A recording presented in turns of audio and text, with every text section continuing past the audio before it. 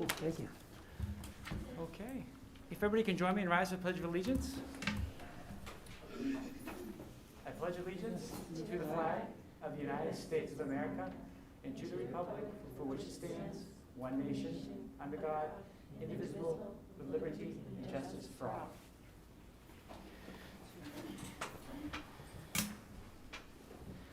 I will call this meeting to order, and I will preside over the meeting until we have the election of the new chairperson. This would be a typical scheduled audience to the public, and at this point there is none. Opportunity for public comment on items not on the agenda will be taken care of when we, part of the DEI conversation that we'll have in a little bit. Is there any other public comments not on the agenda? Okay. First, the report of the secretary, and it's the consideration and action to approve the minutes for the regular meeting of Wednesday, June 2nd, 2021. I move that we approve the minutes of the regular meeting of Wednesday, June 2nd, 2021. Second. All in favor? Okay, 5-0.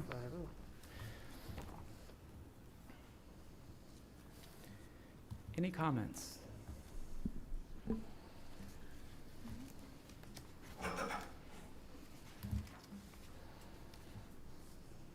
good to me. So is this what I nominate, Joe? Okay.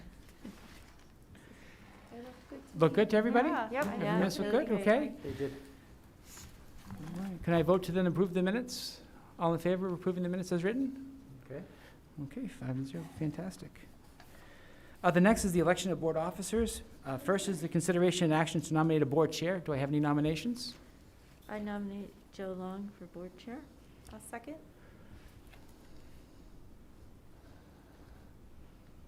Are there any other nominations? If being none, take action on the election of Joe Long as the board chair. All in favor? Is it okay for me to vote for myself? I believe you may.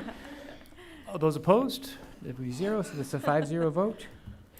At this point in time, I will turn over the meeting to Chairperson Long. Shall we change seats, or? We should change seats. All right. Oh, gosh.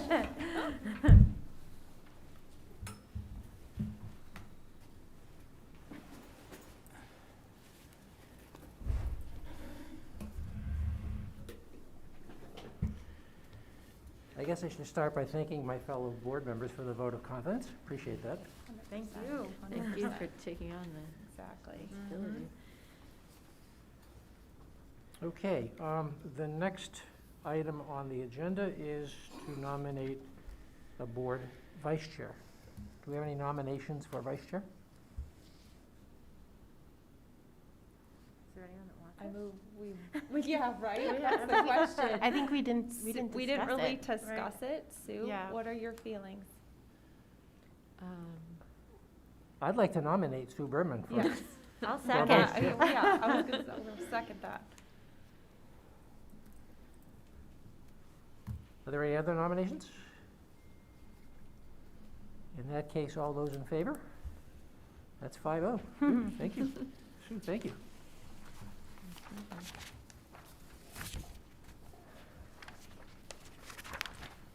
Okay, that brings us to the report of the chair, and the first item on my report is the assignment of board standing committees for the coming year.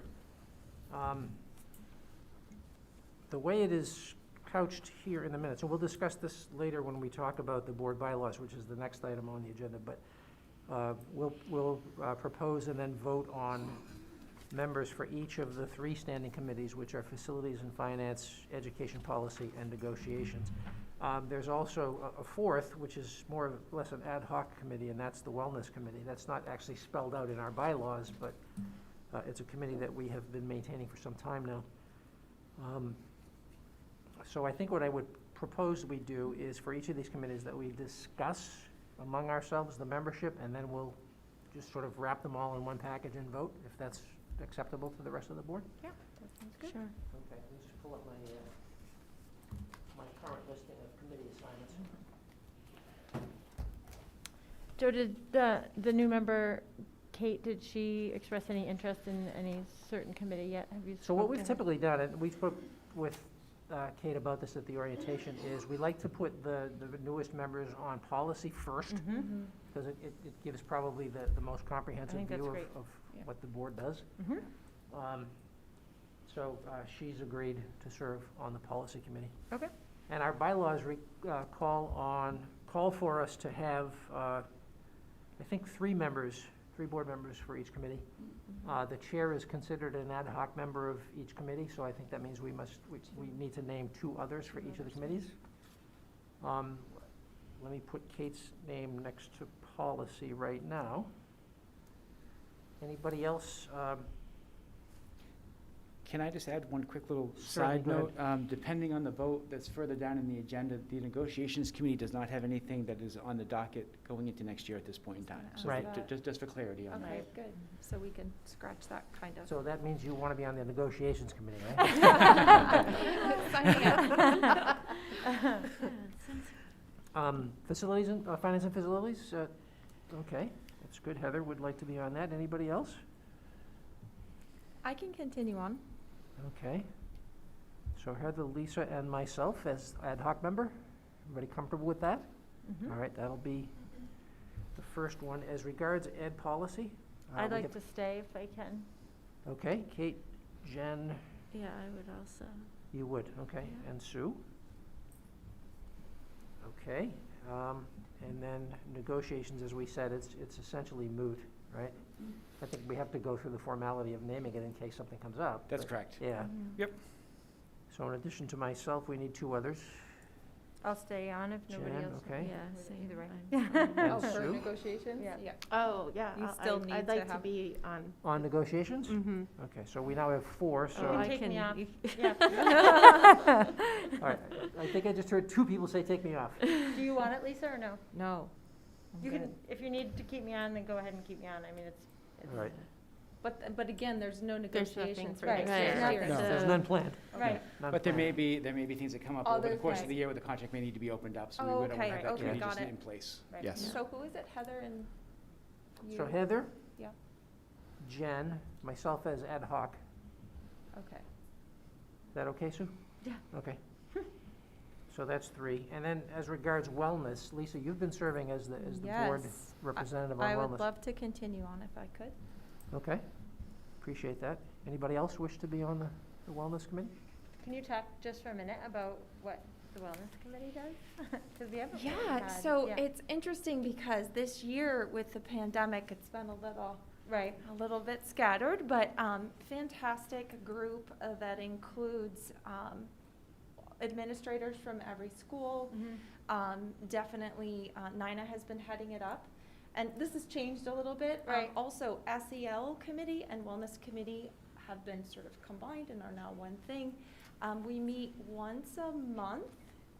Usually it's before the school board meeting, the first The first one, Wednesday yes. of the Yep. month. Mm-hmm. FYI, and we talk about all kinds of things. I mean, obviously, what's happening, what the needs are, what's the different initiatives that are happening in the schools, everything from nutrition to the outdoor classrooms to, the need for a social worker at a school, right? Okay. Like just all of it, and what's kind of getting updates on the SEL progress, and it's really fascinating. It's definitely my wheelhouse naturally, Yeah. but also I would encourage as many of our board members and also staff in general to be included. And I think that there's a plan to potentially open it up maybe to a couple community members and students as well in this Cool. next year. So I'm excited for that really conversation. We had that going before the pandemic hit, and then we Right, ran that's into what I some mean, rough yeah. spots. And The policy around wellness committee is actually, it's a requirement with the state of Maine, and it, first of all, morphed out of the food service program. Mm-hmm. And so we did some policy work 2 years ago, and we Yeah. said, like, let's look at the total person, and let's include the Yes. social emotional health as long as, in addition to physical health, Yep. and so nutrition. So that's really how the morphus of that committee kind of has grown. So Steve Baldumas has presented a few times, just to kind of updates on the food Yep. service department, and He so, definitely does. and again, Jerry and Nina have done a nice job of really trying to kick that off the ground. And really, the social emotional learning, as Lisa said, has really been the priority over the last year. And in fact, the language in the policy and the whole thing around the wellness committee and what we're focusing on was redrafted to include that language Yep. specifically, so that we really are talking about the whole person, the Okay. whole child wellness, and not just Just nutrition and nutrition. physical Yeah. activity. Yeah. That's certainly part of it, but everything else too. Awesome. Yeah, I was on it, and then I think it was conflicting with negotiations maybe or something, because I couldn't There make was, it to a lot there of were a few conflicts Uh-huh. even with finance and facilities, so I wanted to maybe talk to Yeah. Nina about that, because if Uh. that's gonna continue, then that would be difficult for me, if I'm also gonna be on finance and facilities. So finance facility should be the second meeting of the Yeah, it month. shouldn't And so conflict. it shouldn't Okay. conflict with the first meeting of the month. Okay. Yeah.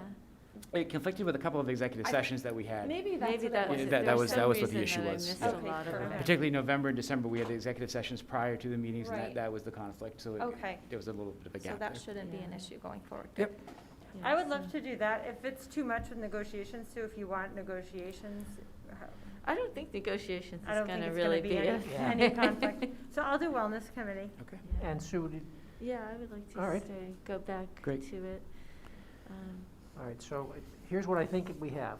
Tell me if I get this wrong. So for finance facilities, Heather, Lisa, and Joe. For education policy, Kate, Jen, and Sue. For negotiations, Jen, Heather, and Joe. And for wellness, Lisa, Jen, and Sue. I have as well. Yeah.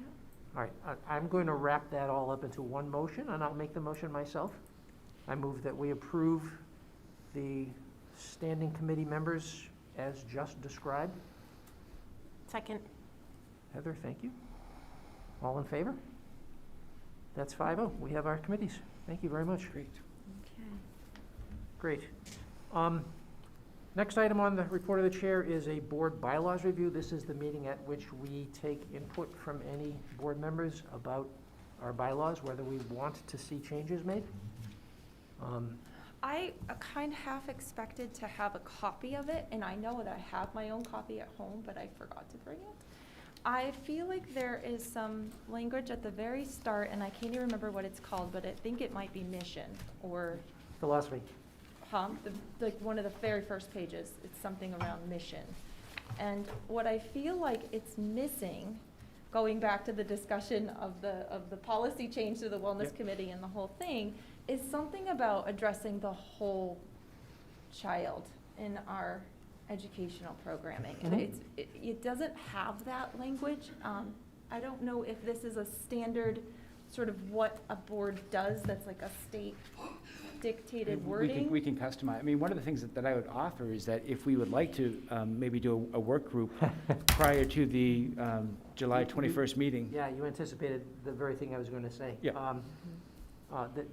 The philosophy as written was developed by the board 3 or perhaps 4 years ago, I think. Okay. Precisely in that kind of a setting where we did a workshop. We Yeah. talked, we We talked about did. what we wanted to see for goals for the district going forward, Yeah. and that mission or philosophy statement came out of that. So I think a board workshop to start by addressing the philosophy and seeing what we need to do to it, and then to continue to talk about potential goals for the Yeah. district above and beyond what we already are doing.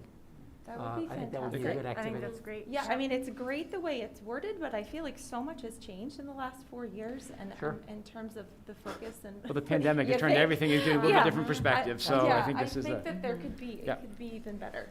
Yeah, and we have new administration, so. Yeah, right? Why don't we plan to do an hour? Does that make sense? We'll do from 6 to 7 on the 21st. Is that okay? That gives us some time to As a dive in? workshop on the As a 21st of workshop. July. That's, workshop's open to the public, but that Very we'll do good. that at that time. Okay? That's That sounds really great. great. I appreciate that. There were like a couple other tiny little Yep. things too in there that will be an opportunity to talk about. Gives us a chance to those. dive into it a little Yeah. bit more depth. Absolutely. Yeah, Sounds cool. good. Thank you. What date did you say, the 27th? The 21st. So, Perfect. well, tentatively the 21st. I think we have a couple of dates and see how they work for people. I think that was Yeah. one of the dates we had down on the Yeah, agenda. whatever we decide on for that July Whatever meeting. that may be. The Yeah. July And meeting. typically, we meet one time in July and one time in August, unless other things come up, but that's typically our format. I did have a few things, and I wanted to check on this. I'm pretty sure the copy I have of the bylaws, the hard copy, is old. Because I remember talking about this last year, that we updated the section around student representation to be Mhm. any two Yes. students. Yes. To make sure we were including, so that's already been updated. That should Yeah. all be updated online when we That look at is- bylaws I and went the through the covenants. online checked that version. one. And it is? And it's, Yeah. yeah. Okay, Yeah. good, excellent. My next page question, let's see. The bylaws spell out in the board organizational meeting, which we just took a vote on around the committees, that the facilities and finance members would be elected by the board, but that the negotiations committee and the education policy committee would be appointed by the chair.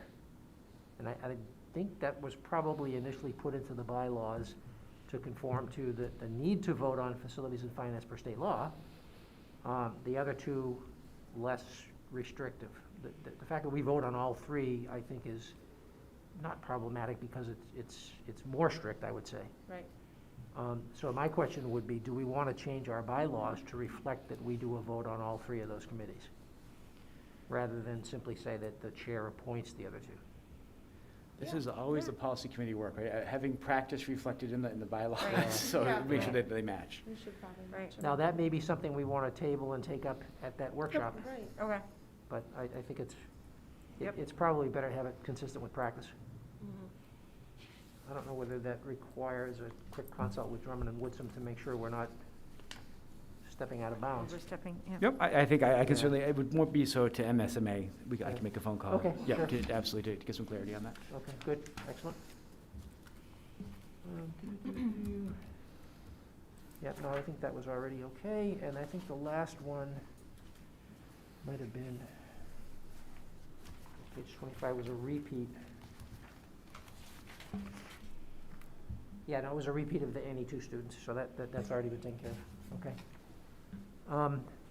So I think we said we would table the discussion around the way in which we put people on the standing committees until we do our workshop.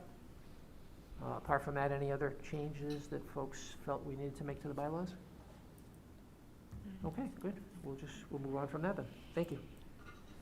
Next item on my report is the district budget referendum. I think all of you on the board have in front of you the tallying of the votes out of the two towns on all four of the articles associated with the budget. All four passed by a decently wide margin, which was good. I think the first item on our new business will be for us to vote to certify this as such. Are there any questions about that vote tally? Can I say one other part? Also, Kate Clausen Clayson, excuse me, was elected to be on the chair, obviously be on the board, so she was not able to be here this evening, but we have had our orientation already and done the signing in ceremony, so. Yeah, Kate actually was not able to be here tonight because she had a long-standing prior commitment Yep. that she couldn't break.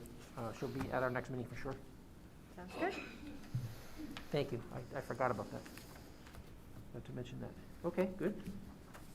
We did have a town officials meeting on June 9th. It was actually fairly content-rich. I had a couple of pages of notes. And two. Oh, Heather and do it? Jen. Well, you have a couple pages. I have one page. Which one's two-sided? Clearly not as Heather, why don't you go ahead? and Yeah, well, start? mine's gonna be Go very for it. basic because Good. it was jumping, people were jumping around, Good. and so it's not in order. But, so I think this was our last meeting with Town Manager Perry, because he's retiring. The school budget passed. Carol Grainfield was introduced to us as the Elliott interim manager. Yep. There was some confusion during the voting in Elliott about masks, so they were able to remedy that confusion quickly, fast on their feet thinking. It was hot. Something was hot. Keeping kids cool with the cycle. I'm not sure exactly this was a while ago. All right. That was the difficulties with the pandemic with the increased heat where we had to keep the air circulation going as part of our pandemic airflow. So typically we could turn the air off and it was hot. Unfortunately with the pandemic we had to keep the air going so that really hot air was being cycled throughout the building. So it was a little bit of a challenge that we had to deal with. So sorry, I just want to make sure. There you go. Thank yeah. you. Thank you. And the town mentioned, or South Berwick mentioned that they were in need of a little bit of a tech support because they're looking at their meeting equipment. Both towns are running their summer camps, so get your children registered, Yay. some awesome opportunities, and I hear there might be lunch included. And Elliot, the search committee for town manager has begun, and there was some talk about a traffic study in October being completed for in front of the high school. And then my notes ended. Jen, anything you wanted to add? Let's see, traffic study, no, Mr. Ellsworth did just wanna, made a point to praise Officer Upton for his work with the students, staff, and families this Yep. year. He wanted to let the board know that. And then Mr. Cavalier just thanked, Mr. Ellsworth for organizing these town meetings, was it 7 years ago? that 7 this years ago was started? the Yeah. first, I believe. And that's all I have. Yeah, the only thing I would add is that you did, in the course of that meeting, give an update to the town officials around the plans for graduation. Yes. And, of course, the graduation has now happened, and the reason I bring it up is because I wanted to say that I thought it was a spectacular ceremony. Yes, It was it was. really well done, and It was. badly I was needed gonna at the say end of the something. pandemic. That was really Yes. nice. Near the end of the pandemic. I Yes. did not just declare the pandemic over. Sorry. Great, thank you. Okay, so that brings us to the next item, which is the summer board meeting dates. We typically meet only once in the month of July and once in the month of August, and the dates that are proposed are the 21st and the 18th. Those are both Wednesdays. In fact, I think in both cases, they're the second Wednesday of the month. Did I do that right? Maybe not. I think so. Third. Third, I'm sorry, third. Wednesday of the month. I did mean to say third. Is anybody aware of a potential conflict with either of those dates, or are we good to proceed with those? Okay. Works Good. for me. Yep. Right. Did we check with Kate? Fingers crossed, it works for her. I will do so. Make sure. She Just- did say that she was not going to allow any conflicts to get in the way of future dates. Oh, good. So just for some added clarity, on the 21st, we will schedule a board workshop to go over the bylaws, and why don't we plan on the 18th doing our Facilities and Finance Committee meeting before that? Does that make Okay. sense? Good, yeah. Yep. And the board workshop is something that is open to the public? That is correct. So that will be posted? Yes, Yep, that's correct. okay, good. So will those both begin at 6 or at 6, or will I think we could Facilities and Finance be start 6:30? the board workshop at 6. We could do the Facilities and Finance at 6:30. We'll be Okay. fairly new in Excellent. the year at Right. that point. It would be more of an update as to where we are with our summer work. Good. Last thing on my report, in going through the orientation with Kate, we of course asked her to provide a biography for the website. And it occurred to me, I checked mine, and there's some outdated information in there to suggest that each of us look at our bios. Some of you may be fairly recent, but some maybe not so. And if you want to make any updates to your biography on the website, describing who you are to the public, then please, by all means, do so. Similarly, Freedom of Information Act training is something that we're supposed to do at the start of each term. I can't remember if I did it at the start of my last term. I'm in my third term right now. So if you feel like you haven't done it in more than about 2 years, then I would suggest that we also, each of us, just go back. And there's a frequently asked questions associated with that by itself constitutes sufficient training to be able to certify that you're trained for this. So that's available on the website. And the central office, when you inform them that you've done this, will fill out a certificate for you. So Did you check say your the link- status. I'm sorry, the link is on the website for I that? think the I remember it being FAQ, somewhere, but- is the FAQ for the freedom of access stuff on the website? I believe it's part of the policy, Under the, under the policy itself, I believe. okay, So under the Freedom of Information Act. On the mandatory training. Yep. yeah. Spreadsheet, so if you need it, just shoot me an email. Okay. I'll send you the Actually, no, can we just send the link anyway to everybody Yeah, tomorrow? yeah. Heidi, that'd be awesome. Thank you, Heidi. Thanks, Heidi. Okay, that concludes my report, and I will turn it over to the superintendent. Super. Thank you all very much. Have some resignations to share. Hannah Corcoran will be resigning as a special education teacher at Marshwood High School. Hannah's been working with the Life Skills program for the last 8 years. Just done a fantastic job. Been highly involved with our unified basketball program as well and supporting our students. So, really just sad to see Hannah go.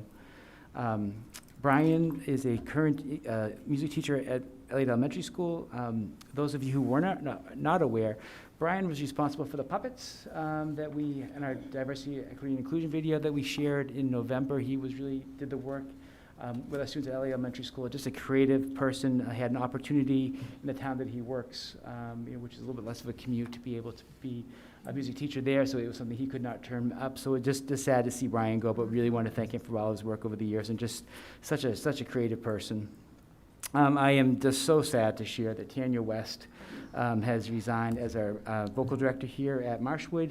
An opportunity in the local district came up, and I think something that she was really excited about. So she has let the members of her chorus know, that will be a vacancy. Also, Tanya has done such a fantastic job with our district musical that's done typically in the fall, and so we're going to be on top of that right away to make sure that we have a seamless transition between that program. So I'm so sad to see Tanya go. I had the pleasure of working with Tanya when I was a teacher here in this building. So hate to see Tanya go. Yeah. Yep. Okay. Next, I would like to introduce Heidi Early-Hersey and Jermaine Moore, who are going to share with us some of our work that we've taken part of this year with our diversity, equity, and inclusion. I turn it over to Heidi and Jermaine.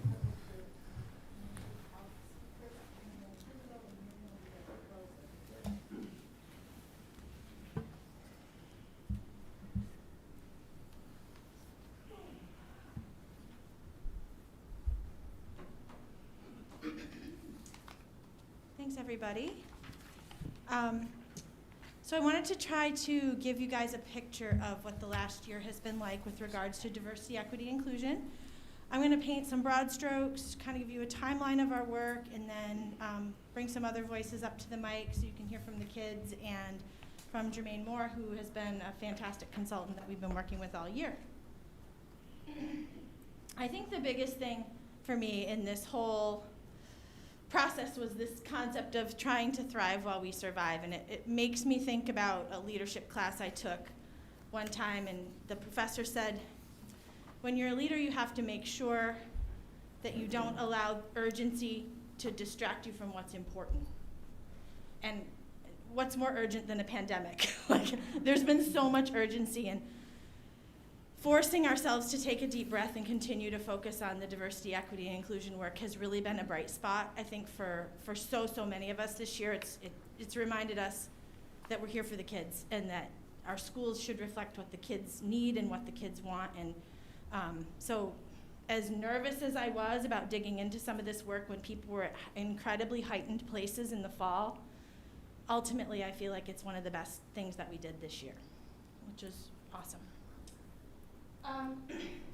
So the overarching purpose, and this is something that I worked on a little bit with some small groups of teachers, but really it's to prepare Marshwood graduates to have the diverse perspectives that they need and experiences they need to participate in a multicultural society, wherever they choose to go.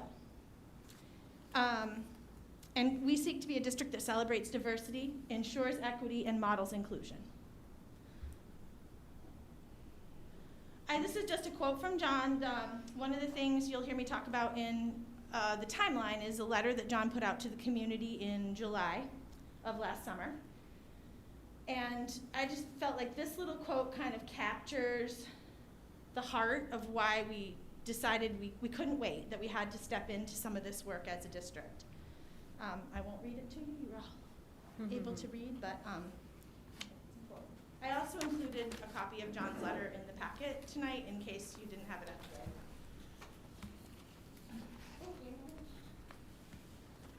I pulled up 4 policies. I didn't pull the full policies up, but I referenced them here because I think that it's really important for us to remember that this work around diversity, equity, and inclusion, this is not a political response from us. This is who we are. If you read our mission statement, if you read our educational philosophy statement, if you look at our affirmative action policies, if you look at our policy on teaching controversial issues, diversity, equity, inclusion work is embedded in those so clearly to me. It's about every student feeling like they have a place and they're seen and they're valued in our schools. So I just want to keep that at the forefront. It seems like this work is getting so politicized in so many arenas right now, and that is not our goal. Our goal is to really make sure that it's focused on the kids. And I think what you'll hear as I tell the story of the last year is that the kids have really been driving this work forward for us, and that's been the most powerful part of this, is their voices have been in the middle of it. So I'll just give you a little rundown on what we've done this year. If you have questions, please stop me. So last summer, we scrambled around frantically trying to figure out how to get schools to be functional in the pandemic. And we also decided we were going to dig in to some DEI work. And John put the statement out to the community. And he also brought Jermaine Moore on as our consultant. Jermaine runs the Mars Hill Consulting Group. And Jermaine met with us throughout last summer. We had a district DEI team that we pulled together, which was most of the members of our administrative team, civil rights team leaders in our different buildings, and several board members participated as well. And we read this book right here, Why Are All the Black Kids Sitting Together in the Cafeteria? And again, it was one of those moments. It was the first moment that we had. I remember Jerry Brunel, clear as a bell, saying, "Oh, I was dreading this, and this was the best thing we did all summer," right? It's just like, you know, because you're scrambling around trying to do 100 things and forcing yourself to pause every couple weeks and sit for an hour and have some text-based discussions. Felt like a lot until we did it, and then it felt energizing and reinvigorating, and so it was a really good thing. The other cool thing that happened last summer was some students from Marshwood really extended that connection that we built with Tuskegee, Alabama. The work that was started through the Common Ground Project, several of us went down and visited. They've been up here to visit. We've had Guy Tremmel in our school as a resident historian. And so Renee Caverly worked with a group of students, and they had a series of Zoom calls with other students from Tuskegee, and that turned out to be really powerful, really great connections, kid to kid. Some pretty honest conversation, which was great. And we're really excited about getting through this pandemic and being able to see what the future brings in terms of that relationship and really keeping connected to them. So then in the fall, John laid out some goals for us at the beginning of the year: managing schools during a pandemic, ensuring diversity, equity, and inclusion would be a focus of our work this year, and ensuring that social emotional well-being of our students and staff was attended to throughout the year. So those are kind of some big ideas that he laid out in September when we opened schools. And then for me, the moment that really stands out was in September when Eva and Chica and a couple of other students came and shared with you all their letter, where they really were looking to you all as a board and saying, we want to make sure that our curriculum is as diverse as it needs to be, that we get the perspectives and opportunities to study a multicultural kind of exposure to things throughout our education. And so at that point, John said, great, let's dig into that a little bit, and asked me to start to explore a curriculum audit with some of our teachers. So that happened in September. The other thing that happened was we realized that we had a strategic plan that we had been working on for a few years, but we hadn't really put a DEI lens on that plan. There was stuff that was there, clearly in our core values, but that's work that we're still doing. You'll hear me talk about that at the end, but really just making sure that what's reflected in our policies is also reflected in our strategic plan. So then as the school year moved on, again, I had one of those moments where I was like, oh, I don't know if I can go to the teachers and have them do a curriculum review right now. They're just figuring out how to teach in person and remotely at the same time, and they're doing a lot right now. But I reached out to the high school social studies department. I said, I need your help. I would love to meet with you a few times this fall and I've got all these tools I've gathered for helping us look at our curriculum and just really look at it through some different lenses and see if it's providing a variety of perspectives and if it really seems like it's meeting the needs that our students are asking for. And they were amazing. Like, they could not have been better. They were so engaged. They were so helpful. And then I also worked with some second grade teachers, and we, again, looked at a series of tools. And what was kind of neat, and it was in the folder I shared with you today, there's a menu document. It's called like Diversity Audit Tools Menu or something like that. But basically, what we learned through work, what I learned and what the teachers and I learned together through this process was that if we want to look at our curriculum or our libraries or any of our instructional choices through a DEI lens, we might need a different tool depending on what we're trying to accomplish. So, for example, the second grade team, they were like, we want to try this tool for looking at our classroom libraries because we do a lot of this work through the read-alouds that we choose. So they found some great pieces there that they said, these are awesome. And then the high school teachers were more like, we really found looking at lesson planning tools and unit planning tools were more what we wanted. So that was a really helpful process, and it will inform our work going into next year. The next thing we did was we had the DEI kickoff day on November 3rd. Again, going back to those student voices, and the kids made some amazing videos. We had student voice, we had alumni voice, and we really framed it as, what does it feel like to be a Marshwood student? Maybe a Marshwood student of color, or a Marshwood student with a non-traditional identity of some sort. How does it feel to go through our system? So putting the kids' voices first, I think, really allowed the teachers to really connect to the work quickly and feel how important it was. So that was very, very powerful. Jermaine also had an initial training with all the staff that day. He bounced around like a crazy person from building to building and introduced himself to the teachers, had some initial conversations. The other thing we did that day was introduce the stamped book, which I'll talk about a little bit more in a minute. And we were able to get a team, which Lisa was a part of, and a couple of other administrators were part of, to take part in the Cultural Competency Institute that the state put on. And that was like a 9-part series. They met basically once a month, had a really wonderful facilitator, Lamar Alexander. He was fantastic, and some good small group discussions.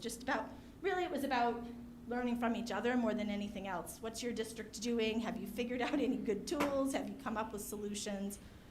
So that was really helpful. So then in the winter we read Stamped, and that book was about, I'll tell you how it started. So first of all, I want to thank the MEF because they've been incredibly supportive of this work this year, and I have a slide a little bit later that details everything that they've done. But we wanted to do a foundational read, and the purpose of reading Stamped was really simple. Let's get everybody speaking the same language. Let's have one common experience, because what we kept hearing from people was some people in our district had deep racial experience and exposure in their lives because of different jobs that they had, where they grew up, where they went to school. Others felt like they didn't understand enough. They just said, geez, I can't wait to teach this. I can't wait to get involved with kids in conversations. I don't feel like I know enough. So we wanted to just do a baseline foundational experience for everybody as a starting point. So that was the purpose of Stamped. We also had Jermaine come back and do some unconscious bias training with all of our teachers over the course of the winter and spring. We hired a community liaison, a little tricky during a pandemic, but we got that ball rolling a little bit. And then Jermaine, as part of his work, also did some interviews with staff and a survey of staff, which he's going to talk about in a little bit. So in addition to supporting Stamped for all of our staff, the MEF also supported buying the Stamped book for all of our 8th graders. It's a book that all 8th graders read.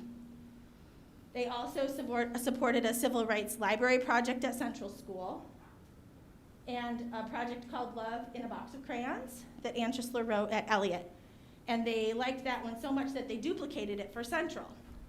And every classroom got a set of multicultural markers and crayons and then a book called The World Needs More Purple People, which is up in the corner. And so, really cool project. This young lady started a small business, basically, and ended up partnering with Crayola to produce these multicultural crayons. It's kind of cool. So the MEF's been outstanding, really behind this work, and I just want to publicly thank them for that. A few things from our community liaison.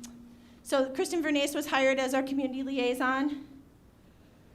This year she co-led the creation of the story walk at the middle school. I don't know if you've had a chance to see that, but she worked with the other 8th grade ELA teacher, and they made, the kids in the 8th grade actually took on different topics like immigration or what does it mean to be Muslim in America or whatever, like different topics, and they made boards and then they posted them, and those are still posted right now, I think, and they're open to the community. They're out in the, like kind of around the backside of the middle school, there's a little course. She had regular check-ins with the civil rights team leaders and the administrators in all 5 schools.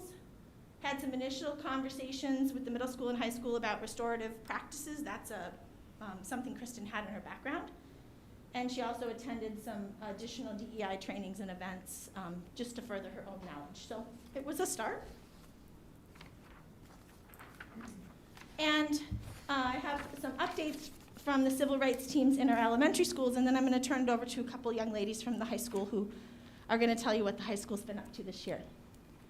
So the Elliott Elementary School, I don't know if you've seen links go out on the some of the school-wide emails, but they got into this really fun project where Meredith Sieg, the librarian, helped them select books, and the students would read the books, find ones they like, and then create video read-alouds of some of the diversity texts and then share those on the website and with the other classrooms. The 3rd grade group took that on, so that was really fun. Central School, there's a big long list. I shared the document with you of things that they did, but they really kind of took a month-by-month approach and looked at different areas of identity and difference and kind of highlighted those within the building. And really, at the primary schools, the main focus is everybody's welcome. We're kind to everybody, and we want to learn more about people that are maybe the same as us. Whoop. Again, at Great Works School also, the main focus this year was through diverse read-alouds. They purchased some additional books, and they did a lot of read-alouds in the classroom. I'm going to turn it over to Annabelle and Sabrina. Come on up. They have the slide, so they just emailed it to you, Mr. Grayson. It may be too late to put it up, I don't know, or if they can. Can you send it to me? Like, you know, super last minute. To go to her. Yeah. Oh, yeah. Yeah, they can figure that out. They were just gonna read off of it and then realized maybe it'd be nice for other people to see it. And it's tiny text, so they weren't sure they could read off the computer. Yeah, it is tiny. Thanks, Heidi. Yeah, no problem.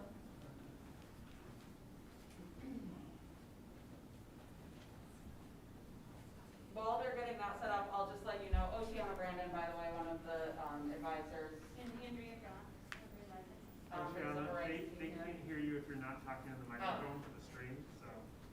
Okay. Oh man, I have such a loud voice. So just so that people know really briefly, you just saw this microphone? Hate microphones.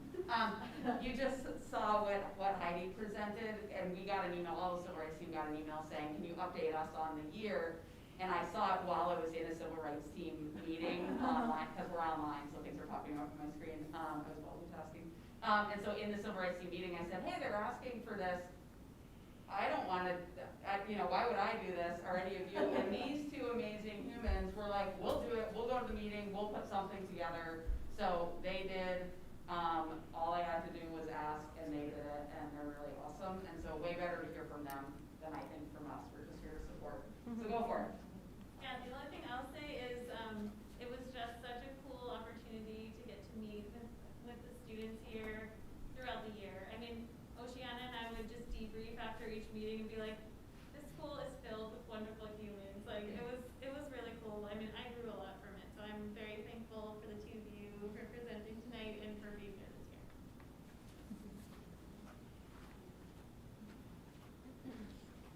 My name's Annabelle Taff. I'm Sabrina Williams. So this is our year-end review. The font is very small. I'm not good at making presentations. So we began meeting bi-weekly at the beginning of the year, and we slowly transitioned into meeting every week because we felt like we weren't connecting as much if we didn't see each other every week. And I feel like that's how a lot of it can be with kids my age, since we're only connected by social media at the beginning of the year due to the pandemic.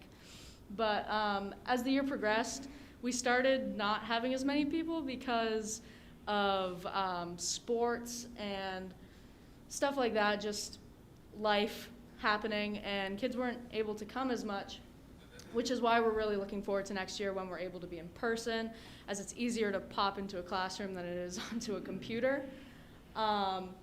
We had the privilege to work with Guy Trammell from Tuskegee, Alabama, to discover civil rights teams in a different part of the country, and that was a great opportunity. And we were able to educate the faculty using 2 videos towards the beginning of November, I believe. We started working on it late October, so early November. And those videos went over pretty well. And then we spent time discussing actions that we can take next year, which we'll get to at the end of this slideshow. And during our more recent meetings, we've been talking about pop culture a lot. There's been a lot going on social media regarding a lot of the protected categories, and social media has been a great way for us to have conversations this year, especially because most of our members are very connected online and have not presences, but they're there online and they see things, and it's just made this a lot easier. Social media has really helped with our team and conversations. And one of our biggest actions this year was making a survey that we sent out to Marshwood students, which we will discuss next. And lastly, at our most recent meeting, we met with the upcoming freshmen who are on the civil rights team at the middle school with Mrs. Caverly, and we were just able to get to know them a little bit and just have a vision for what we'll be doing next year. So that's basically what we've been doing this year, and it's been a lot of fun.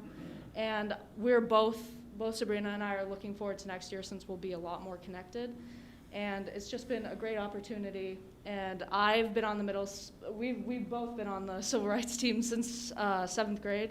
So we're really looking forward to next year and doing a lot more.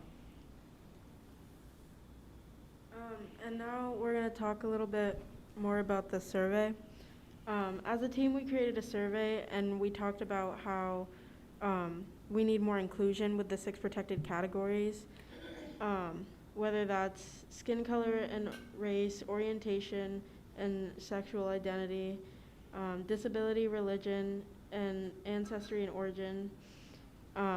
And the students took the survey, and then as they took the survey in their history classes, we got more information on how they felt the school deals with issues regarding the 6 protected categories, whether that was good or bad. We have some responses. At the end of the survey, there was a question about how the students felt and how they can elaborate more as they took the survey. And there are some statements that the students made. We were able to gather a general consensus on how the students feel about the civil rights issues and how they are protected. And some of the responses were very positive, but we also did get a few negative responses, but that shows later. Other general responses give us some insight into the fact that students were unaware of how their beliefs affected other people. So depending on what you believe in, no matter what that is, it just all needs to include diversity and equity. And some comments were also negative, and here are some of the negative comments. Can you read those in case we can't see them from our Yeah. Thanks. Right. I'm just going to read these word for word. Don't promote organizations because I don't feel safe when you guys support the LGBTQ community. And then I wish there were more classes or ways that we can learn about useful things like the 6 protected groups. We need to be more there for our students and don't get sexuality support from their parents or don't get support at all. Whoever, the teachers, students, and their mental health. We need to talk about more students' mental health and their stress, and I don't think teachers talk more about enough in their lessons. Those last ones were in regard to like what they want to see change as well, and that was a great we knew a lot of us on the team like agreed that teachers we wanted like more discussion about civil rights, and just some of the responses on the survey just let us know that there were other students who felt the same way even if they don't want to be part of the civil rights team, and that was very helpful to us, and it just made us feel like we were doing the right thing. We knew what we have to work on in the future. And then lastly, our future as a team in regards to next year and where the civil rights team plans to go and what they plan to do. The opportunities are endless for us. Some plans we already have include a student-created slideshow that will be for the staff, and it will be presented by some of our current members. It was created by Lucia Wiegert, and that will be presented in early fall, and it is on the topic of gender and pronouns. And then there's a calendar initiative to bring knowledge regarding holidays in reference to religion and other important sectors of the 6 protected categories, so they can be represented around Marshwood. We also had brief discussions regarding the possibility of creating a branch to add to the website for the high school, so we could have conversations there and maybe give out resources that we see are important. And lastly, we are beginning to plan our Day of Welcome activities, and that will include a video presentation, and we will be putting up posters around the halls. And we want to continue to meet, preferably in person, and grow this team to make Marshwood a more inclusive, diverse school that radiates positivity. That's all we have. Can I just add one quick piece? The Civil Rights Project is part of the Maine Attorney General's office, and that's a prescriptive curriculum built around the 6 protected categories. So that just where that's a statewide initiative. Can I ask a couple of questions? How many students are involved in the high school civil rights team? There's a lot that we have on our docket. Sure. Thanks. Right now we have about 25, and I think at points we had 20 people showing up for meetings. Yeah. So it ranged anywhere from 5 to around 20, depending on who could show up. I will say that once sports and extracurriculars opened back up this spring, Andrea and I would get a lot of sweet emails. We're like, I'm so sorry I can't make it, but I have tennis practice, I have track practice. We were like, go do all that awesome stuff, the outdoors. But yeah, we have about 25 on our list right now. Great. And the last 3 weeks, we had 2 new students join us who are excited to be a part of it next year. So it's that's a large group of students that we have for a club to meet. Right. So we're planning next year to break out into smaller groups. We're going to have to do something to get people involved and keep that large group engaged. And the bigger idea too is that you'll be able to get together with other civil rights teams across the state. And those are some things that over the last 2 years have been kind of taken away from everybody. They usually have a fall conference, and they kind of have like the spring celebration, so it'd be kind of nice to be able to share those commonalities. Yeah, this was an odd and tough year. It was my first year being an advisor. It was Andrew's first year. So this was an odd year to get started in this and try to keep enthusiasm and engagement going. But we have some really amazing students who showed up in dedicated ways and participated. And some of the responses on the survey, there were even some folks, and then in some conversations at the end of the year, who said they loved having a place that felt safe for them to have these discussions, that they really appreciated having a space where they could go to and ask really challenging questions and wonder at really challenging topics and be able to dig in and go there and have it not get political, have it not get divisive, but be curious and inquisitive. And wonder, how do I talk to my classmates? How do I talk to my teachers? How do I navigate these things in my school community? So I think we've laid a good groundwork for being able to connect. We also, as advisors, met for the K to 12. So we had one meeting that was all district civil rights team advisors, and I'm also hopeful we can do more of that going ahead next year so we can collaborate and coordinate our efforts. I just want to share a subtle thing that people may not pick up on, but if you notice, the 6 protected categories, like the fact that that verbiage has changed in the last 2 years, and just the fact of how students are leading the way around that change of verbiage is really, it's indicative of what's happening across the district. So it's a great compliment to all of you. It's very cool. My other question was, could we get a copy of these slides, and would you be willing to share the survey results with the board as well? That's awesome, thank you. That'd be great. I have the presentation, so I'll make sure. Excellent, thank you. I can send you the survey results as well. Yeah, and they put this together in the past like 2 days. Understand. Yep. That's great. Thank you so Yes, Thank you, thank you both. guys. Thank you. Thank We you for appreciate your such being here. leaders Thank in you. In our schools, it's wonderful, student leadership, really Thank you. appreciate it.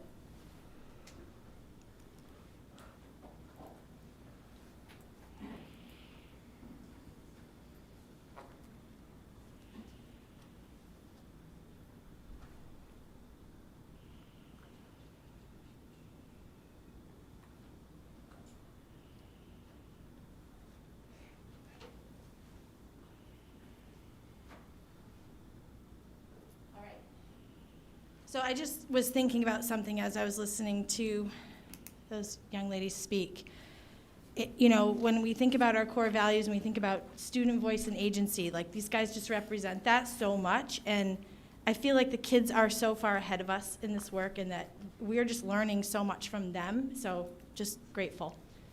I want to bring Jermaine up next. He's going to talk a little bit about the work he did with staff this year and some of the interesting things we learned this spring. Good evening, everyone. Thanks for having me. I almost didn't make it. I clicked on my calendar invite at 6:52, realized there was no Zoom link. And I was like, wait a second, I think this is on site. So it's nice to get out of the house and see live people, but my apologies for being a couple minutes late. But I've been really excited about the partnership with the school district this year. John Cavalier reached out to me the summer of last year to talk about engaging with the district as a whole in every school and getting better at diversity, equity, inclusion. And I must say I was very impressed because leadership had every reason not to focus on diversity, equity, inclusion this year. It would have been very easy for John and the administration to say, not this year, but they did it anyway. They did the hard thing. And so kudos to you for putting focus on this work. And so, as Heidi mentioned, there were book reads, book discussions, and training that we've done over the past months, over the winter and spring. And I just have a couple words here to describe my impressions so far. The level of engagement has been phenomenal. I've been really impressed with staff and faculty just showing up, ready to learn. There is a kind of continuum when it comes to the exposure for some of this work. I think we mentioned before, there's some that have been involved in this work for a number of years, very, very passionate about diversity, equity, inclusion, educated and well-versed in this area. And by the way, as we think about next steps, how to leverage those internal resources is going to be key. We want our people to be involved. But there are also those that are, this is 2020 is the first time they've thought about diversity, equity, inclusion, and how it fits into their classroom, what that means for our culture. So we tried to be very mindful of that this year by introducing more foundational learning when it comes to what is diversity, equity, inclusion, unconscious bias, very foundational topics that we would address. But the engagement has been absolutely phenomenal. A special shout out to Nina and her team. Just always so impressed with her school. They always come with just a whole lot of heart to those sessions, and so I get very excited about meeting with every school, but particularly that school, because they are on it. And there is a level of excitement too to do this work. I think for some, they felt like it was a long time coming. It was the right time to dig into this work, and so excitement was there. And from what my conversations, they really have noticed leadership's commitment to this. I work with a lot of different organizations and a lot of different companies around the country, and these initiatives fail when leadership is not bought in and they're not leading from the front. So the fact that we have leadership here that is leading from the front and that they're modeling what this looks like and the commitment to this work is so, so important because more is caught than taught, right? People are looking at leaders and they're asking, do we really care about this work? And I think the answer is a resounding yes. There are a couple barriers that I think we need to be mindful of. During my conversations and talking to the teachers, they mentioned two areas that came up over and over again, and they were time and focus. We're very busy. You know, how do we have time to focus on this diversity, equity, and inclusion work? And although that is a real barrier, but I think it does inform the work that we have to continue to do is making sure this doesn't feel like an extracurricular one-off thing. That it really is a part, as Heather said, the DNA of our district. This is just who we are, right? And this is just an extension of who we are. This is how we live out our values. And so this is not something that we have a choice about. This is what we do. It's like saying, do I have time to educate my students? Of course you do. That's our job. So DE and I want, and there's some work to do to make that connection. But making that connection to our values, to our culture is really the next step. So it doesn't feel like something that is outside of their day job. It really is core to their day job. And by the way, a lot of teachers feel that way. I didn't run into many that didn't feel that this was really a part of what they are here to do. A lot of them said, if not us, who? If we're not having these conversations, if we're not creating this space, who's going to do it? So they take that responsibility very, very seriously. And also one of the many reasons I was just proud to be a part of this community, that we have teachers that are passionate and care about this work. And so, as Heidi mentioned, interviews and a DEI survey. So similar to sounds like you guys did a survey as well, or you did a survey as well. We put out a survey to faculty and staff. We had about 160, 170 responses to that survey. That survey closed a couple weeks ago. We're still parsing out the data of that survey. We also want to separate that survey by school and see what the difference in responses. How do I advance to the next slide? It's down. Perfect, got it. So this is, we're still digging into it, but just to give you a taste of some of the questions that we asked and some of the data that came back. So I have 4 of the about 26 questions, and the most, I think, impactful part of this survey is we did ask, we had open text on any additional information that you would like to share with us. And I think there was a lot of insight there, just free form, how do you feel, how are things going? And it wasn't all perfect, you know, we're learning. This is, we're going to learn along the way. But we're gonna learn and we're gonna get better at this from week to week, month to month, year after year. But I like what we've seen so far. So what I pulled out of the survey, these quick 4 questions, really was about building awareness. I think that was our goal first year. So the questions that I have here, I know it's very small for you. I believe that diversity, equity, and inclusion topics are important to us to focus on as a district. You see overwhelmingly the answers were in the positive. Yes, this is important, and as a matter of fact, most people, 61%, strongly agree that this is the right focus for us. By the way, that just reminds me, I think that some of this, they really were happy to be talking about anything besides the pandemic as well. Like when we got together, it's like, great, we can talk about anything besides what are we doing about this pandemic. But they did feel that that this is important work. Another question, the school has a culture of diversity, equity, and inclusion. You see, it's positive. You have slightly agree to agree, and to strongly agree. But you see, maybe that's an area where we can do a little bit better there. But I like the fact that we're all on the agree side. I better understand DEI topics than I did 1 year ago. Again, you see, probably about 80% is in the agree to strongly agree. And I feel more comfortable discussing DEI topics than I did 1 year ago. Again, we're seeing this trend that even for the first year, this is becoming our normal. And that is culture's job, right? Culture's job is to normalize behavior. And we want to make sure this culture here is one where this work is just our normals. Nothing special about it, just what we do. It's what we focus on, is what we value, is what we reward. But again, a lot of work to do on the parsing out this data. I thought I would give you just a glimpse on kind of where we're going with it. We also had some questions, principal-related questions, engagement-related questions, but this is where we're going. And like Heidi mentioned, we have some meetings scheduled over the summer to dig into how do we incorporate this work into the strategic plan. Let's get some goals and objectives down. If there's anything I was hearing from the teachers is I like where we are, but how do we take it to the next level? And that's what we're going to work on over the summer.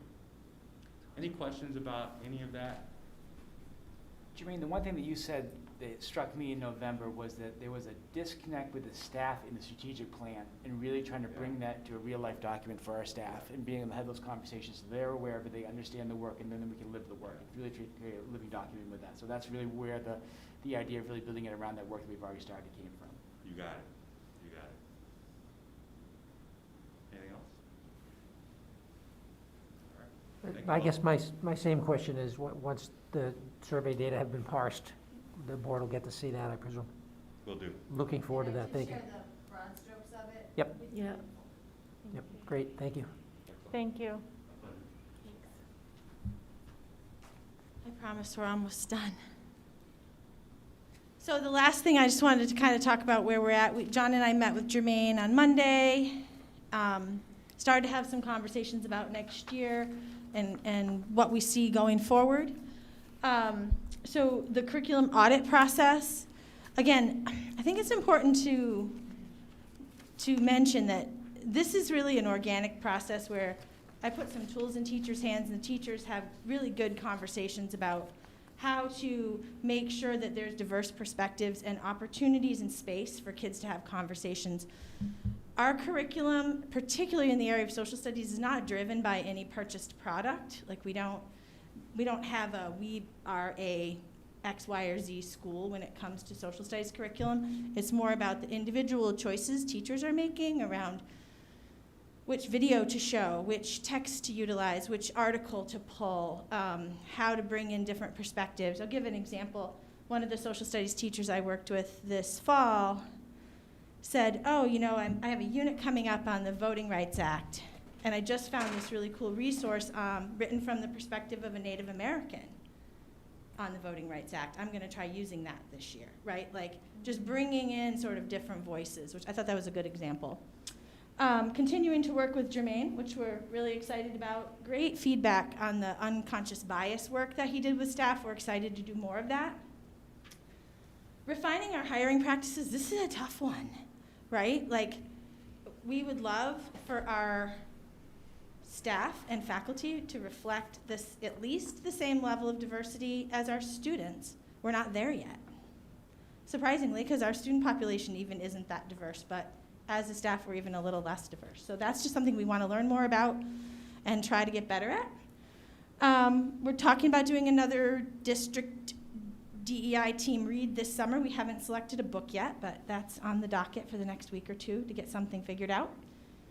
Continuing and strengthening our relationship with Tuskegee. We'd love to get some kids in the same room with other kids at some point going forward. I don't know exactly how that's going to happen, but we really want to keep that relationship going. It's been incredible. Like we've talked about, aligning our strategic plan to our DEI goals. Continuing to build and support our internal leaders and champions for this work, be it our student leaders, be it our faculty leaders that are here. You know, it's incredibly important for there to be strong support for this work from the central office, but the real work happens in the schools. And we need those champions in our schools that are excited about doing this work. And expanding our community partnerships. Like I said, that there's a lot of will and support within our community, but we haven't been able to do a lot together yet, and so I'm looking forward to doing more of that. And that is all I have. You guys have questions? Thank you. So that was a wonderfully thorough overview. I've been so That was very polite, Lisa. But it's like, wow, that is a lot in a year of a pandemic. So, wow, kudos to everybody that's been so involved. I guess that's pretty much everybody, really. If you think about it, everybody's been involved Yeah. in the beginning. Look, putting this together made me realize how much we actually have done. Yeah. Right, right, Yeah. exactly. Yeah, it's a good perspective. Well, thank you all for listening. Appreciate it. Thank you. Thank you. We have members of the public who wish to comment on this topic, I believe. Lisa, yes. Laura, please, you know the drill, right? Please preface your remarks with your name and the town that you're from. Okay. Can I ask you to use the microphone, if you would, please? Oh, sure. Thank you.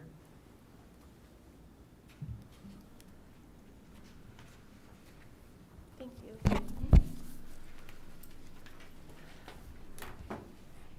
Thanks.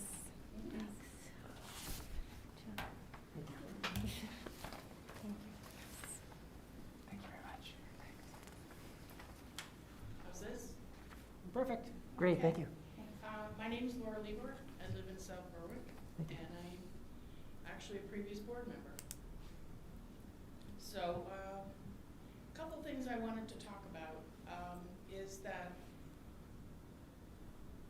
when we think about our school district, it is the crown jewel of our two communities. And it felt to me like we were a little too quick to jump into possibly changing curriculum. And it seemed to me that there maybe should have been some kind of study that says, should we even do this? And I don't know if this is the letter from Jermaine, No, but this is the the student person that wrote this letter. letter is talking about, you know, some of the race issues that exist in our country, and I'm just not sure I agree with it. Made me think maybe we were talking about a solution in search of a problem, but I just wanted to read part of this, that we all live in America, and it is undeniable that this country was built upon the foundations of slavery, followed closely by sharecropping, then segregation, then the war on drugs, and the list goes on and on. Well, that's commonly accepted in some circles. I don't accept that. I don't accept that our country was based on slavery ever. You know, if you read founding documents, it was about trying to, you know, be independent from England. It's what the Declaration of Independence was all about. We fought a war and people died in order to become independent. And I don't think people died for slavery. There may have been people that wanted slavery to continue to exist, but that's not what our country was founded on, in my opinion. So it just seemed to me that there should have been some question about, well, do we even need to do this? And if this is the basic premise that our country was based on slavery, that's just not true. So I'm concerned that we were quick to jump into it. It seems to me there should have been some kind of public input. Maybe take a vote of community. Is this something we need to do? I think you'd be surprised how many people would have said, no, based on these facts, no, we don't need to do that. So I just wanted to bring that to our attention that, you know, when it comes to curriculum in our district, that's a precious thing. And we shouldn't be so quick to jump into, well, let's change it, or, okay, so I'm happy that it's in the curriculum review stage. Okay, haven't really changed anything yet, but I just think it's something to keep in mind for the future. And the other thing that I'm concerned about is, I mean, this seems like a lot of good work. The students are getting a lot out of it, but I hope that we are paying attention to the rigors of normal academics, and that this seems to be occupying a lot of time. And I mean, I can see implementation is going to take time, but at some point it needs to, not a sideshow, but it needs to be more in the minority, and our kids need to focus on their academics.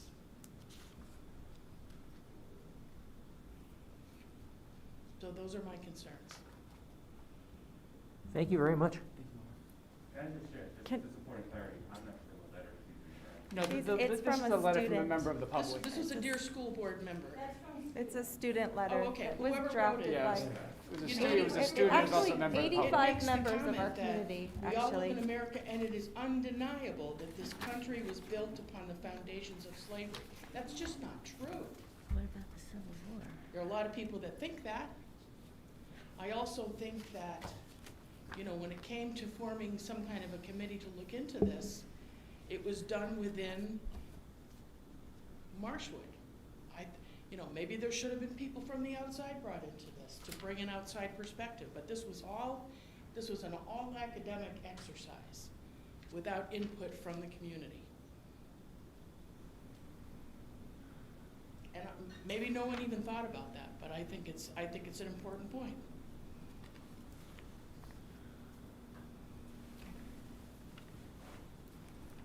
Thank you, Laura. Appreciate your remarks.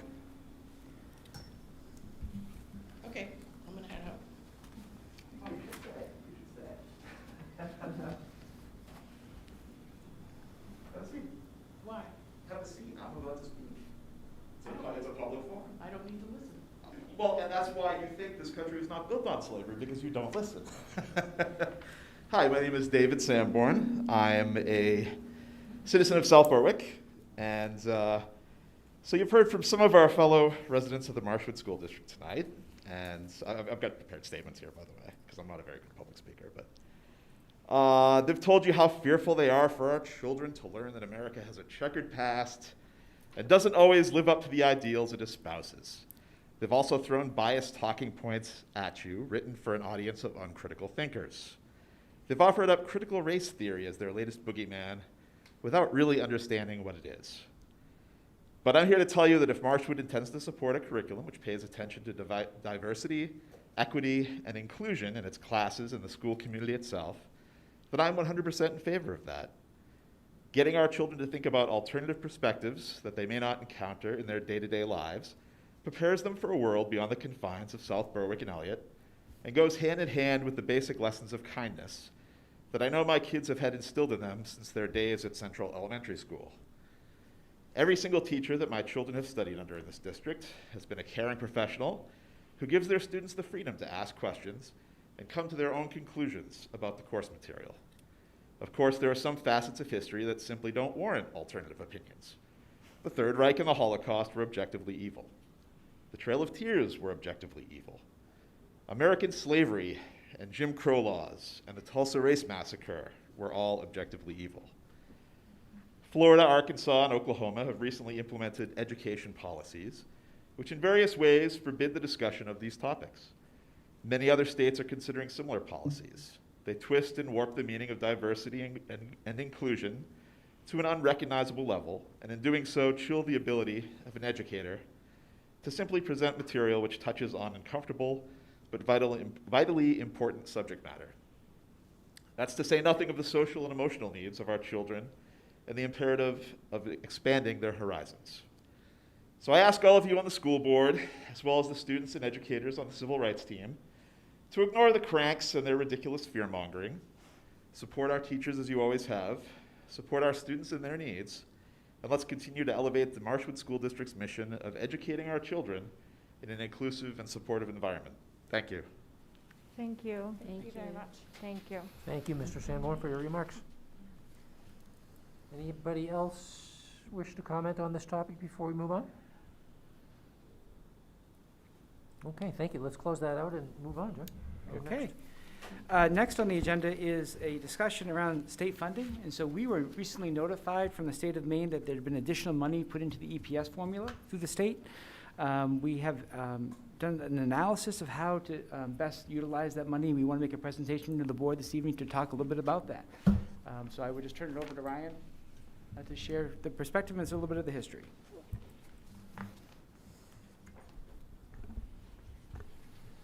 Good evening, everyone. So we were recently notified that we received an approximately $1.1 million of additional state subsidy. It was after we had already gone through the budget process, and the towns have already gone through their budget processes. So essentially we had two options. One option is to, we could give the money to the town, and the town can decide they can provide tax relief, or the town could keep the money themselves for their fund balance. Our other option is we could hold on to the money and then use that money for tax relief in future years. I think it's our recommendation that we kind of keep that money.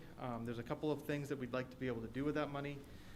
Fund our capital reserve, fund our special education reserve, and we also have a $500,000 amount from our budget every year, which we have to basically not spend $500,000 of our budget, and we carry that forward to fund the budget for next year.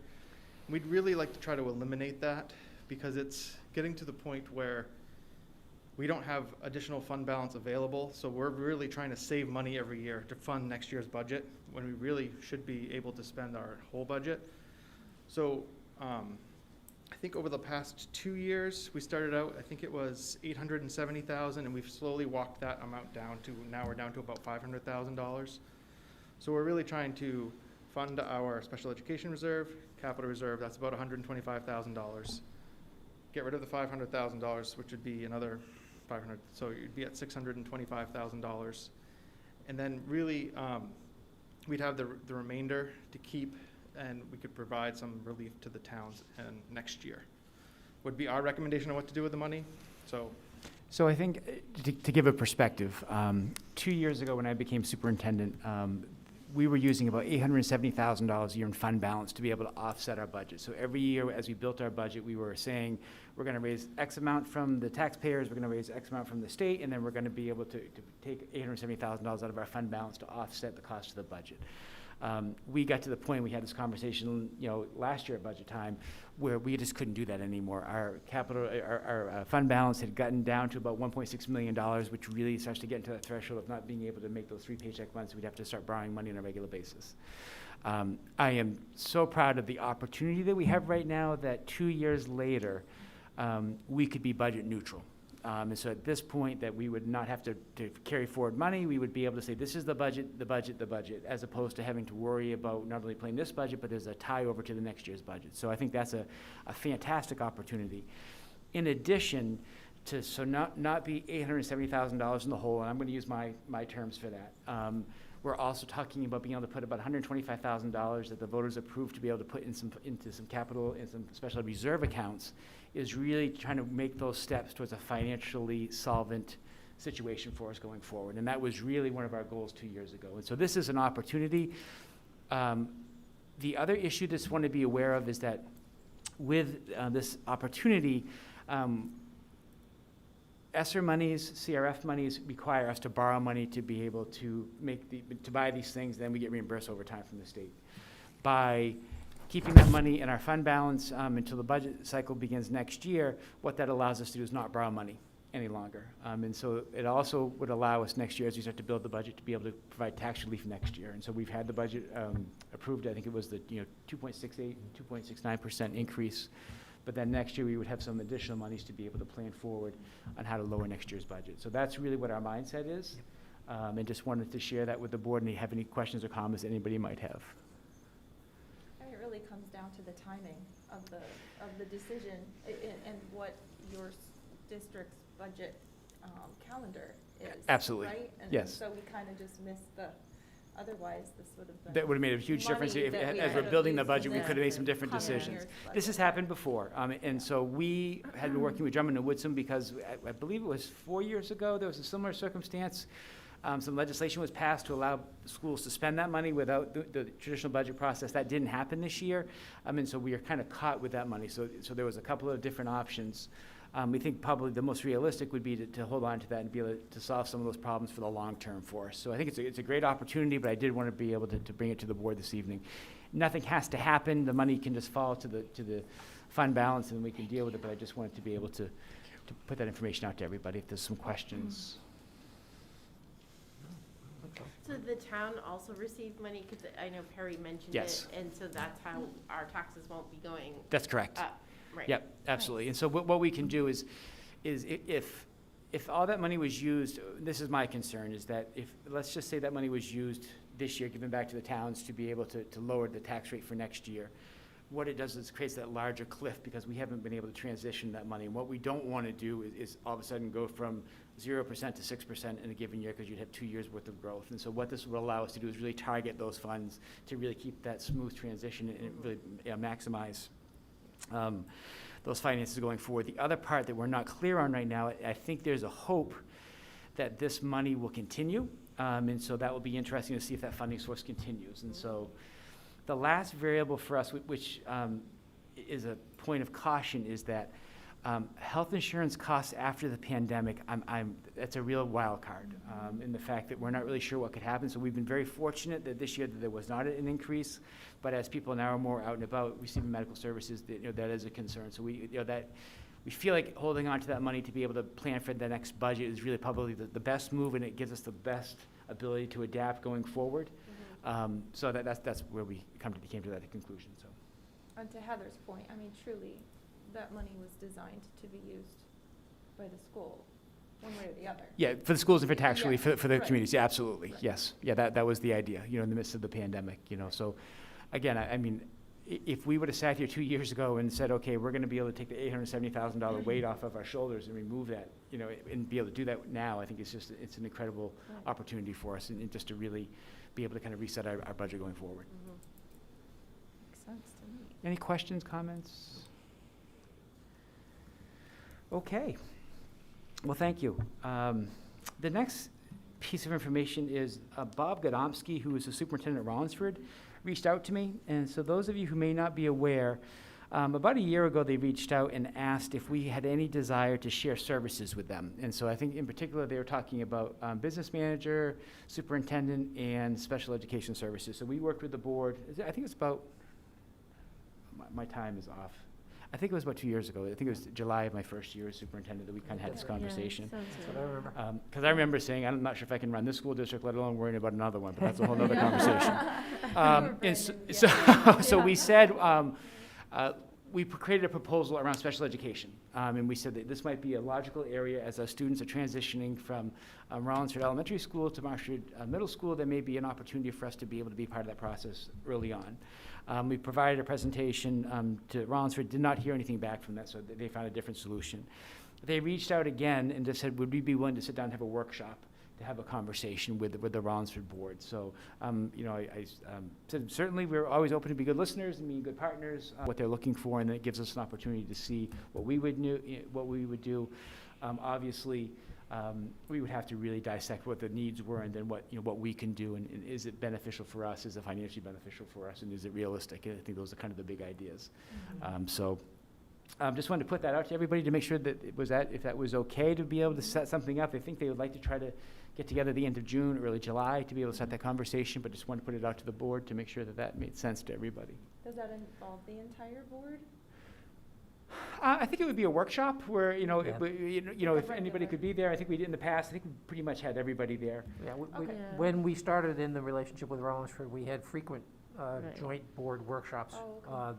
Over time, as they became more comfortable with how their students were being assimilated here, those reduced in frequency. In fact, I don't think we've had one in 2 years now. I think Yeah. originally the contract had that we were required to have at least one meeting a year, and I think Yeah. now that the language softened to say that we would Yeah. meet periodically as The needed. last one, as I recall, is a little contentious. I can only recall one, and that's been 2.5 years on the board for Yeah. me, Yeah. and I missed it, so Yeah. I wasn't. There was one we able had to be at there. Rollinsford Elementary School, if I remember So- correctly. Yeah, It was- Right. it was- that Then we was had a the one little, Yeah, it was. tense. tense, So- yeah. Yeah, I think it would be great just to listen to see Yep. what they have to say. But in terms of sharing administration, aren't there regulations between Certification the two issues. states? Yeah, Yeah. absolutely right. Yep. Yeah, Yep. so that is would that be, even not on the table though, to share a superintendent, right?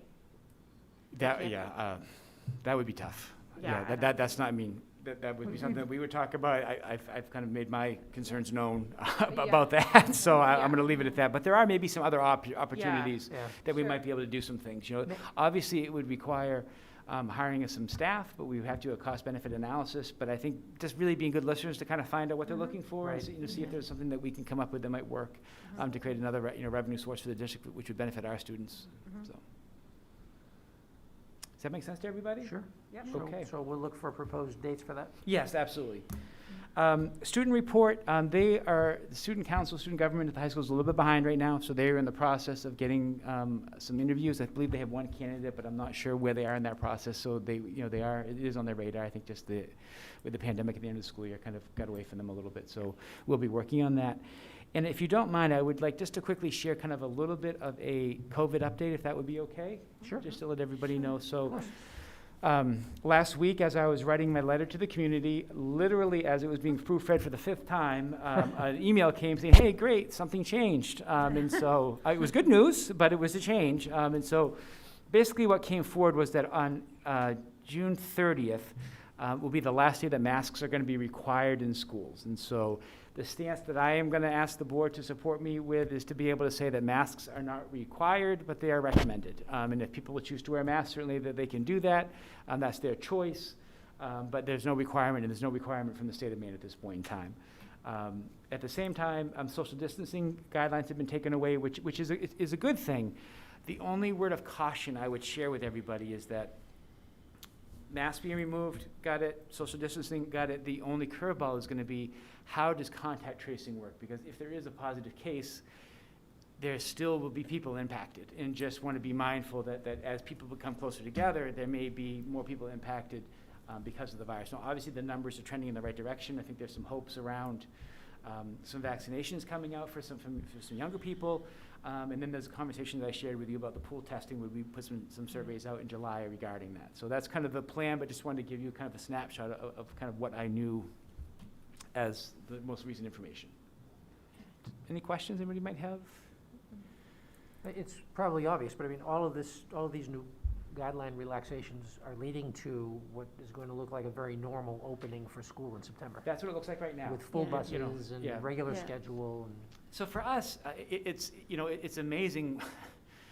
I think years ago, we used to always kind of joke with, like, when Jerry Burnell would come here for the opening day, he'd be like, yep, I'm going to get him to school, get him fed, and get him home.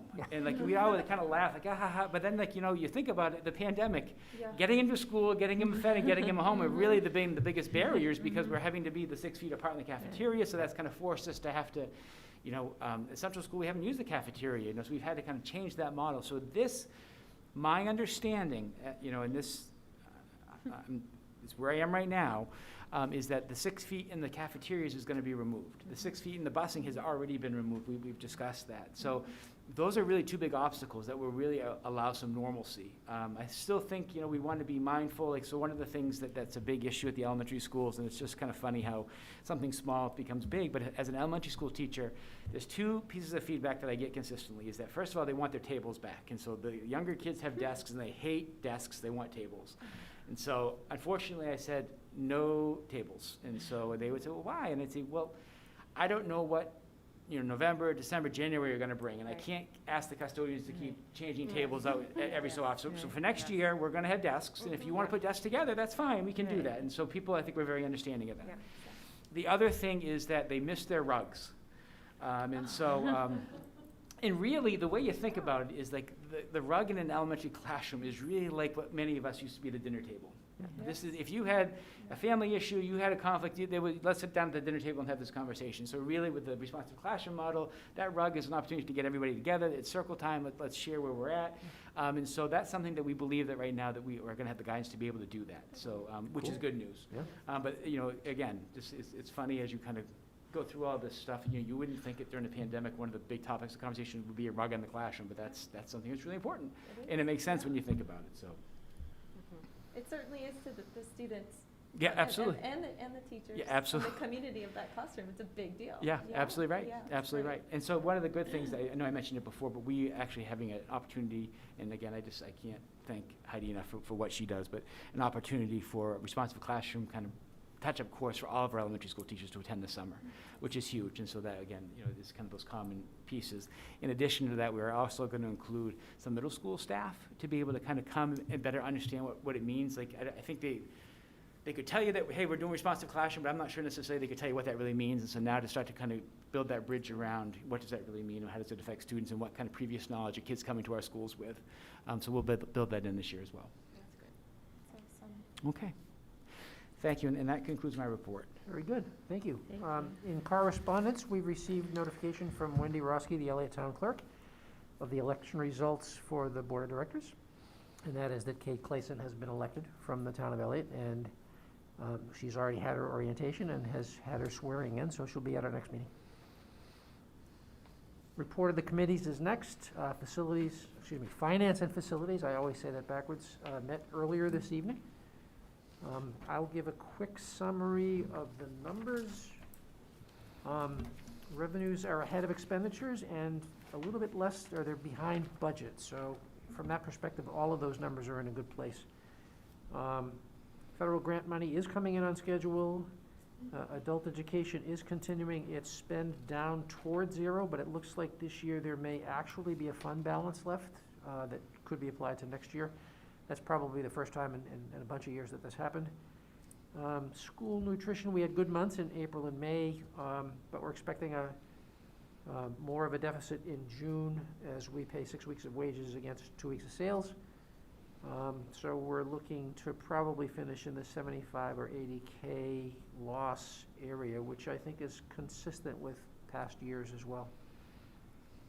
CRF money has been coming in. That's really good news. We've been getting our reimbursements. Still have some left to go, but it looks, as a result of those reimbursements, like our general fund cash balance will allow us to actually pay off the $2 million note in June. So we can finally be done with that.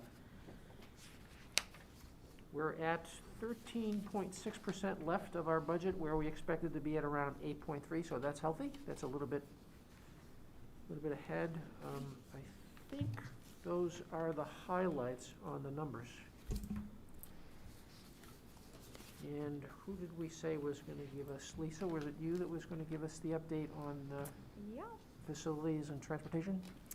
Yes, so let's see. So facilities-wise, there was discussion of a couple of projects that are being worked on. First of all, there is some paving / skim coating / seal coating. Yes, yes. Combination of Yes. things happening here at the high school, which has been a long time coming and actually saved us some money due to the configuration of all of that, as well as a road going in around the back of the school so that people have direct access to adult education without walking on a dirt, whatever it was. Also, at the administrative office, the superintendent's office, it's kind of exciting, a long time coming. There's going to be an expansion of offices to the upstairs. I didn't even know there was an upstairs until today. To the upstairs, so that the tech department, which has recently expanded due to the fact that we have the full-time director and all of that, we're not sharing any longer and so forth, so that they have a home base, which is fantastic and much needed. And then also outside the same building, there will be some repairs to the entrance and the ramp to make that a little bit safer and nicer to see and come into. In terms of transportation, June 30th, as Mr. Coverly was saying, we will not have social distancing and mask requirements, so it might still be recommended. And again, contact tracing is still involved, so a slight concern there, but we'll work it out. Also the service truck and bus quotes, leases, those will be on the agenda for next month's school board meeting for us to approve, hopefully. And then we have upcoming also an opportunity, well, it's required. We only have 5 years at a time with our contracted service provider for food service. So we're heading into our final year of the 5 years, so we will need to go out for bid to probably Chartwells, as well as maybe a few other service providers on that. And also related to that, Stephen, the director, is going to be retiring, yes, right? yes. Retiring, not resigning, December, retiring yeah. At the end of the year. So we are keeping an eye and encouraging that we find a replacement by November, regardless. And then really cool news, speaking of food service, is that there's some discussion that the rec programs that are being offered in Elliott and South Berwick might actually be able to have free meals included under our umbrella that we have to be able to provide free meals right now. So that's really exciting news for those people who are sending their kids to the rec program, and actually could even translate to an income opportunity for our district. Yeah. One little curveball, Jen, we didn't mention that the Wellness Committee has typically been part of the negotiations with the food service, because there's a tie-in with the food piece. So that's part of that. That's really where, actually, that's where Chartwell's originated from, was Sue with the Wellness Committee years ago. Yes, I would love that, actually. No, I would love that. No. I felt bad as soon as you said, like, oh, I probably should have mentioned that when you Because signed I was up I would for. actually be, if it is that, I'm more than if we think that's like the one big thing we'll probably be dealing with this year. Yeah, and other people can be involved as well, It's but I not a just big deal. typically, Okay. Yep. it really started with the Wellness Committee is really where it Okay. came from originally, so. Right, that's right, that's right. Yeah. Thank you. Did I miss anything? Thank you, Lisa, that was great. Ed Policy next meets on September 22nd, and correct me if I'm wrong, they have not met since our last meeting, is that? Correct. That's correct. Yeah, that is correct, okay, good, so We've the next got a- meeting will be September 22nd. And the Social Emotional Learning / Wellness Committee, next meeting is still TBD. Yes. Can I just add one Hopefully piece, September. Joe, if you don't mind? Sure, please. The Educational Policy Committee, we have 7 policies that we need to vote on. With the length of this agenda, we put some of those on hold. So just so everybody is aware of that, so we do have some policies that we'll be looking into at our next meeting that we discussed at the meeting, but I think there's like 22 action items on the agenda, so Yeah. just Wow. wanted to be mindful of just So time. we'll take those up at the July meeting. That's correct. Yeah. Great. So they'll be in place for September with the new school year underway. Okay, sounds good. Okay, that brings us to the new business section of the agenda. We have, as you indicated, 19, is it 19? Yeah, we have 19 motions that need to be dealt with here. The first 3 have to do with the computation and declaration of votes from the 2 towns, and they, by law, have to be read as written. So, Yeah. so whoever makes those motions, please. Let's start with the first one. Sure, I'll start. Voted that the computation and declaration of votes dated June 8th, 2021, attached here to be and is hereby approved. I'll second. Lisa? Thank you, Lisa. Any questions about that? All in favor? That is 5-0, thank you. Second motion? Further voted that the computation and declaration of votes be entered upon the records of the district. I'll second. Jen, thank you. Questions or comments? All in favor? That's 5-0, thank you. And thirdly, Further voted that a certified copy of the computation and declaration of votes be sent to each of the town clerks with the district. Second. thank you, Heather. Questions? All in favor? Also 5-0, thank you. Very good. May I have a motion around the transfer of funds, please? I move that we allow the superintendent to transfer funds up to 5% from one cost center to another. I'll second. Lisa? Lisa, thank you very much. This is something that we do every year. It authorizes the movement of funds from one budget section to another without board action. Any comments or questions? All in favor? Thank you, that's 5-0. Okay, we have a request for an annual event for the boosters, the music boosters. I move to approve the request for an annual fundraising school event by the Marshwood School Boosters to support Marshwood music programs, equipment, and activities. I'll second, Jen. Thank you, Jen. Do we know what this fundraiser is? Yeah, it was attached to, there was a document in the drive folder Okay. for tonight's meeting. I don't must think have we missed had the that one. David specifics can answer. here. That's It's right. socks, if I remember correctly. It is, it's socks. It's socks. Oh, that's Socks. fun. Oh, that's awesome. Yeah. That's a great one. That's Yeah, fun. it's a really good one. You're Yep. going to sell socks. That's great. Everybody loves socks. Yep. It's the hot thing. for Yep. I wear them back. all the time. Yeah. That's awesome. Okay, Super just fun. curious, I must have missed that, sorry. Yeah. Any Are other they questions? Bombas by any chance? 'Cause My I'm favorites. in. Those are the best. Oh, we did that. Maybe second to Smartwell, but I love Bombas too. Yeah. Yeah. It's funny. Okay, We'll any find other out. sock preferences or questions or comments? All right, all in favor? 5-0, thank you very much. All right, we have a donation. I move we approve the donation of $2,500 for the Summer Institute from Newsella. I'll second, Jen. Jen, thank you. Anybody have any additional information to fill in on this one? I do.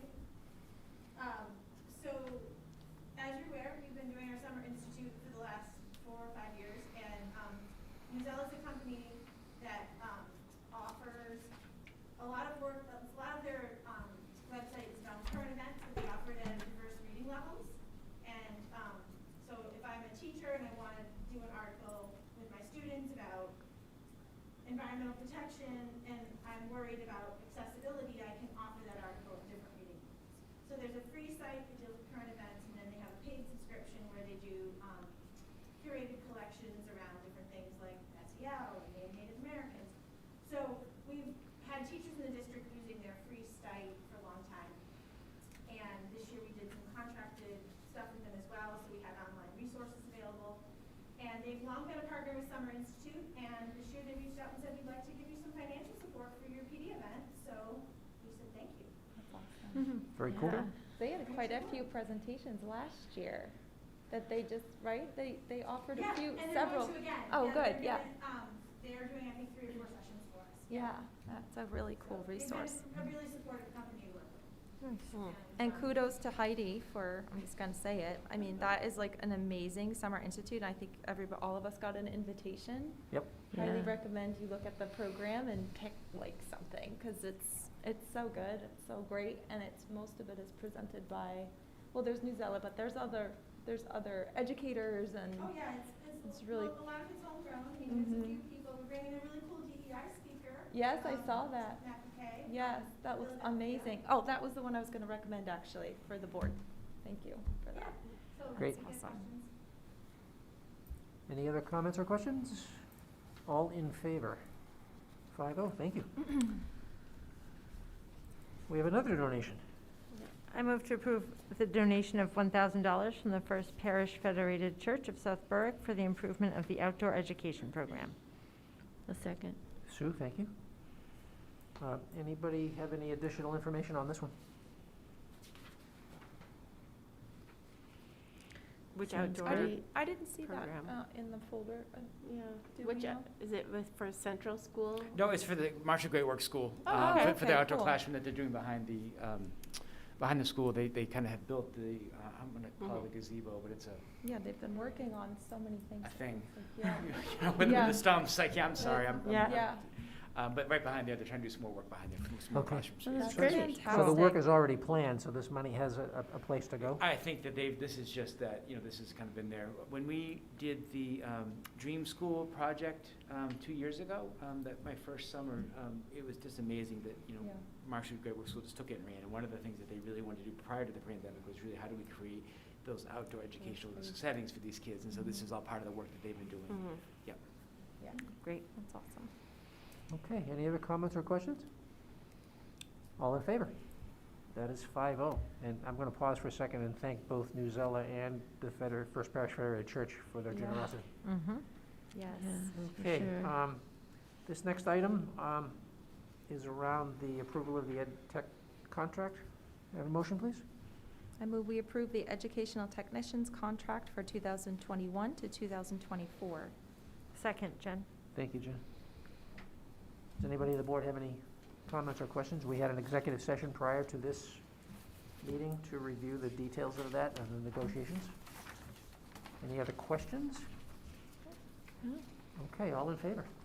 That is also 5-0. Thank you very much. Only 2 more pages to go. This is a marathon. We now have a number of nominations for teachers. May I please have that first one for Kimberly Howe? Should I go ahead? Go ahead, please. I move to nominate Kimberly Howe, second-year probationary to third-year probationary teacher, school year 21 to 22, Central School teacher pre-K, halftime. I'll second. Oh, Go ahead. I'll second. Jen. Jen, thank you. Can I just make a quick comment? Please do. So typically, these come the first meeting in May. And so there was some confusion around how to handle a half-time employee. So does 1 year working as a half-time employee count as a half of a year for service, or does it count as a full year of service? And so Maine statute has been very clear now, which is a little bit, it's been a question for some time, that a half year still counts as a year. So if it's a calendar year that you're in the position, then it counts as a calendar year. So originally, Ms. Howe was put on first year going to second year, but actually, in essence, it should be second year going to third year. So just some clarity was provided. Got it. Okay. Okay. Questions or comments? All in favor? That's 5-0. Let's move on to Ms. Jones. I move to nominate Kristen Jones, first-year probationary to second-year probationary teacher, school 2021 to 2022, Central School, teacher grade 1, 1 year only position. Second. Sue, thank you. I think that should say school year. There's just a, school year 2021. Yes. Just a typo. Yes. I have one question. You know how most of these have a salary listed and these 3 do not? Is that? That is a great question. Yeah, I noticed that too. Did we just miss that? Yeah, I don't, There's they should have several. a salary, yes. Yeah, there's. For the first, it's like the, looks like the first no, it's 3 just 2. don't have. Well, I think the confusion may be is that they are working, well, they're already hired. They've worked in the 1-year only positions. They've already we approved them as 1-year teachers, so now it's really. Okay, so it's one just year going to second year. continuing, Yeah, okay. so that's why the salaries, they're a That's little why. bit Oh, different. okay. So, yeah, I had to think for a second. as That to, makes but- sense. That Yeah, makes- so Kristen yeah, it does is make sense. in that position right now. So Okay, cool. First year probation to second year, so Kristen, we approved Kristen back, I believe, in December, for Okay. a position at Central School. Yep. Okay. So that's why it's like that, I'm sorry. Good question. Good catch. Any other questions? Nope. All in favor? 5-0, thank you. Next one? I move we nominate Kathleen, no, I move, yes, nominate Kathleen Butner, first-year probationary teacher to second-year probationary teacher at Marshwood Middle School for Social Studies grade 6. Second. Heather, thank you. Questions? Comments? Kathy Butler in the same situation, serving as a teacher at the Marshall Middle School. There's been a little bit of shuffling of some staff. Katie Gilpatrick moved into the reading position that we had, so that created a vacancy in 6th grade, and so that's why we're bringing Kathy Butler's name forward. Right. And even with those first year, second year, we did a full interview process for those people as well, so just so everybody's aware. Great. All in favor? 5-0, thank you. Next one. I move to nominate Ryan Camille, Kamiri, yeah. first-year probationary math teacher at Marshwood High School, BA 5, 48,788, school year 2021 to 2022. Second. Thank you, Sue. So Ryan is from a family of educators. His father worked at Sanford High School. Actually, I think Ryan may have had him as the father was a teacher. Just a little backstory. Ryan has been at Sanford for the last 4 years. I think really looking for an opportunity to create a name for himself in a new district. Really happy to say to you that the superintendent, when speaking on a reference check, said to Mr. Buzzell, I really hate to see this person go. He's the person that we need something done. He's a go-to person and makes things happen. And so had a great opportunity to talk to Ryan. He's really excited about joining us and also wants to get involved with kids in a variety of different roles. So really excited to have Ryan join us. Great. Great, thank you. Sounds great. Yeah. Questions or comments? All in favor? That's 5-0. Thank you. Next one? I move to nominate Heather Smith, first-year probationary science teacher at Marshwood High School, CAG, step 9, 62,753, school year 21-22. I'll second. Jen? Jen, thank you. So Heather has got a great deal of experience, and so I think we had a really very fortunate with the hiring that took place this spring. And so Heather comes with us, with a bachelor's of science, of plant and social science from the University of Massachusetts. She also has an associate of science in horticulture, Essex and Agriculture Institute of Danvers. It doesn't work at UNH. Was the science department chair at Somersworth High School. Science teacher at Spalding High School, and then she was in Conway, South Carolina before moving to this part of the country. And so some great experience in finding good science teachers. That's one of the tricky jobs as a high school principal, middle school principal, to try to fill. And so we're really excited to have someone with such a great deal of experience. And the part that impressed me most is I asked the question to all the candidates, what's the most important thing in the classroom? And clear as a bell, it was about relationships. And so to hear someone talk about that, particularly from a science background who understands the content, but at the same time understands the importance of being able to build those relationships. And if you build the relationships, the content will take care of itself. And put the time in early. So just really excited to have Heather join us. Questions or comments? All in favor? 5-0, thank you. Next. I move we nominate Mary Knowles, first-year probationary math teacher at Marshwood High School, MA 10, $62,109 for the school year of 2021 to 2022. A second. Thank you, Sue. So Mary has some outstanding references. She taught at Wellesley High School for a number of years.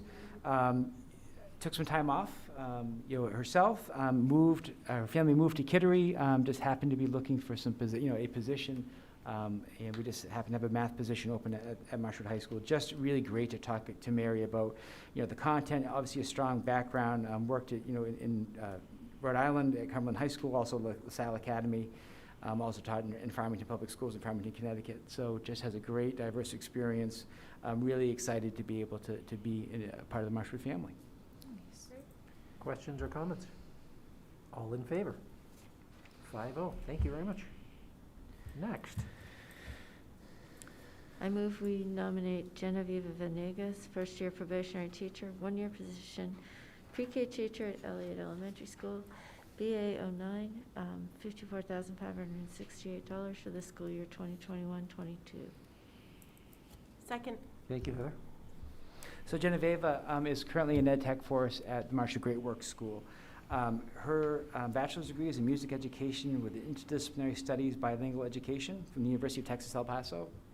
And so she'll be working with the new pre-K program that we're starting at Elliott Elementary School. There will be some special needs that will be part of that classroom, so we're looking for a really unique skill set, and Genevieve has that skill set and had some experience with the pre-K level before, so really just an opportunity to be able to transition roles into something that she's done before, and a great experience, and then also just be a great perspective to have Genevieve there. Questions or comments? All in favor? 5-0. Thank you. Next. I move we nominate Jacqueline Curtis, first-year probationary teacher, pre-K special education teacher at Elliott Elementary School, MA 10, $62,109, school year 2021 to 2022. I'll second. Lisa? Lisa, thank you very much. So Jackie Curtis is in a similar situation, so she will be joining the pre-K at Elliott Elementary School in that same CDS program that we talked about creating, and so she has some expertise in the area of special education. She graduated from Springfield College, and then she also has a master's in teaching childhood education, special education from Sage Graduate School in Troy, New York. Just again, great opportunity. She just happened to be moving to Dover, looking for jobs in New Hampshire. Obviously, finding qualified special education people is a tough fill at times, and so she happened to be here at the right time for us. We had an opening, and so we're really happy to have someone with such great experience kind of coming into a setting where we're really building a program from scratch. And so to have that unique skill set to be able to have done the job before and be able to now customize it as we start to build a program at LU was a really a great opportunity for us. John, is that going to be a full-day program for the special ed program, or is that also a half-day? It's going to be kind of a split day. Okay. But yeah, because it may be more direct services in the afternoon, traditional setting in the morning, and then switch. So, okay. Yeah. Any other comments or questions? All in favor? That's 5-0. Thank you. We are coming into the home stretch. Yes. Next, please. I move to nominate Andrew Elwell, first-year probationary teacher, special education teacher at Marshwood High School, master's 70,447 and school year 2021 to 2022. I'll second. Lisa? Thank you, Lisa. So I am tickled to be able to share with you that Andrew Elwell would like to be joining us in this district. Andrew is a graduate of Marshwood, and so he attended the University of New Hampshire. He has been running the Mary Hurd Academy for a great deal of time, which is a special purpose school where we actually send some of our special education students to get their education.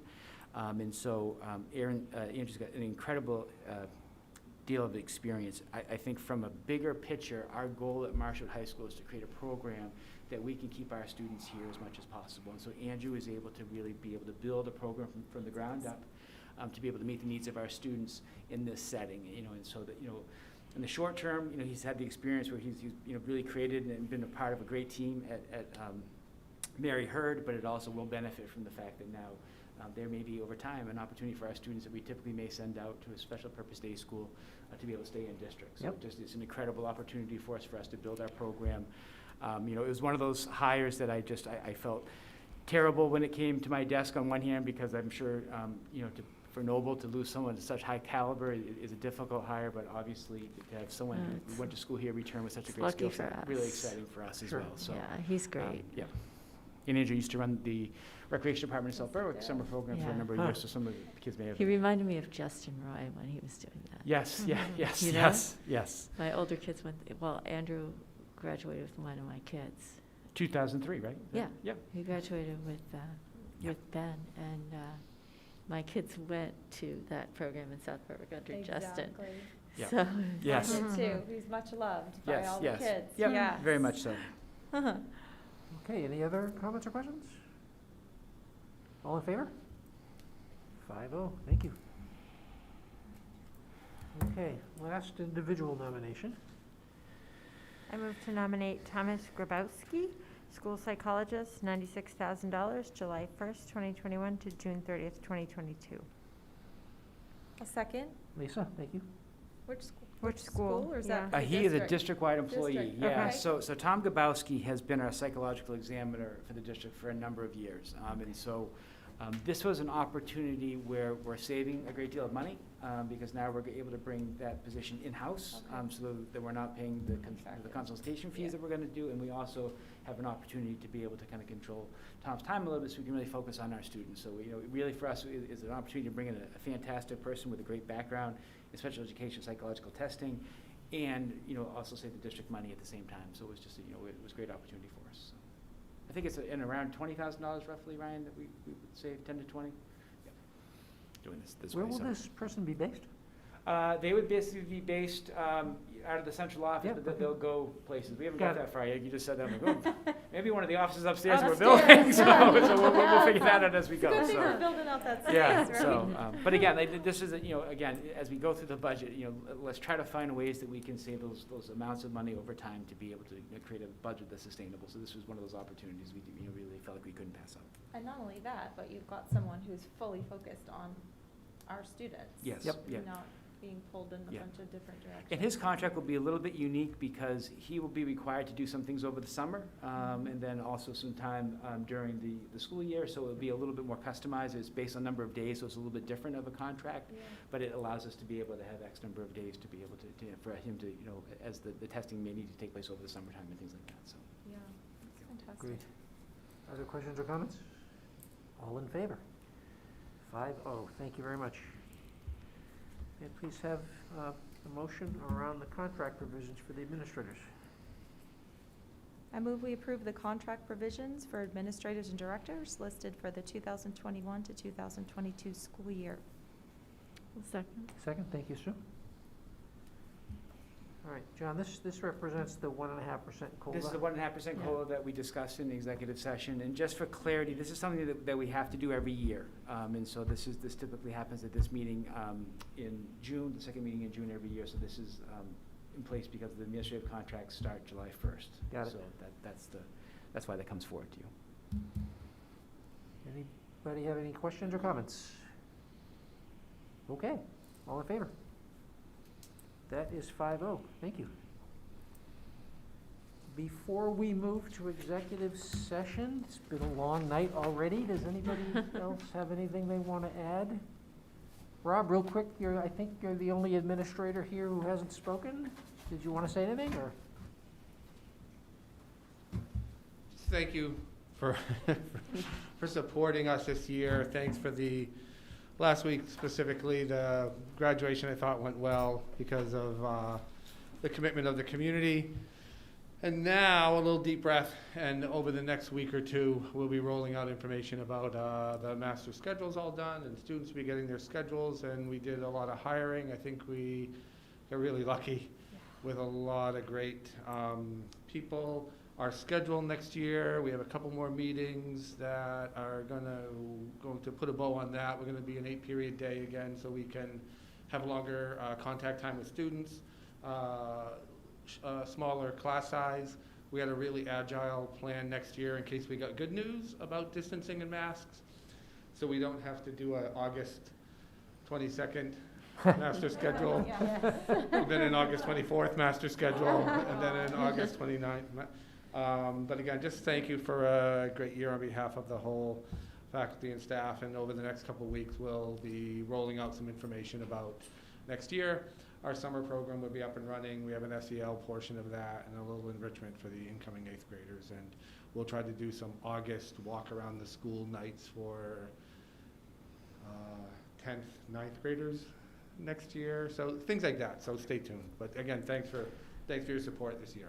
Rob, can I just add one little piece, just for clarity for people? So with the change in social distancing, that really impacts the high school because of the size of the classes. So we're still going to go forward with limiting class sizes to allow for the 3-foot social distancing. We may not need it, but we're better off to be able to have the master schedule built to have that flexibility in case we do need it down the road, as opposed to then all of a sudden, as Rob said, it's now August 26th to say, oh gosh, what do we do? So we still have that kind of built into our master schedule, but just it gives us the pliability in the event. So the one thing that we've learned is that we have to be flexible because things change quickly. So, sorry, I just wanted to No, that's all, that's it, because it allowed it, from the beginning, we said we wanted to, measure twice, cut once. Yes. Because last year I said it the opposite, and we got into a big mess. I think that's what we did actually last year too. We cut twice, I think so. So basically, if we got great news, we were going to stay with the plan, and if we didn't get great, it's a really agile plan, and it was for safety, but it was also for instruction and closing those gaps and creating those relationships next year. And the teachers have been unbelievably flexible. And actually a big part of the planning, and we'll fold some student voice in during the summer as we do some of the work around advisory. Advisory is going from a once-a-week experience to a 3-time-a-week experience. And we'll also have something that we're calling the Hawk Block to offset that Thursday late start. Our Wednesday schedule will have like an 80-minute chunk of time that we'll use for climate and culture and intervention planning. And so that's some of the work of the summer. So Rob, what would be great is if when we can finalize that work on the 21st of July meeting, just to come and share the schedule with the that'd be board. perfect. Great, once that's finalized. I'd be happy to. And just to give you a little bit of a sneak peek, we have talked a little bit, and our kind of mantra going into next year is going to be connections before content. And it doesn't mean we're not involved, the content isn't important, but we really feel like building those connections going into the year when we have kids coming back for the first times. You imagine at Central School, you might have 2nd graders who their first experience in school is going to be next year, which is just so unheard of. But really just taking the time to build those connections, obviously, meeting kids where they are, taking care of the social emotional needs, and then the remediation efforts are in place as well. So.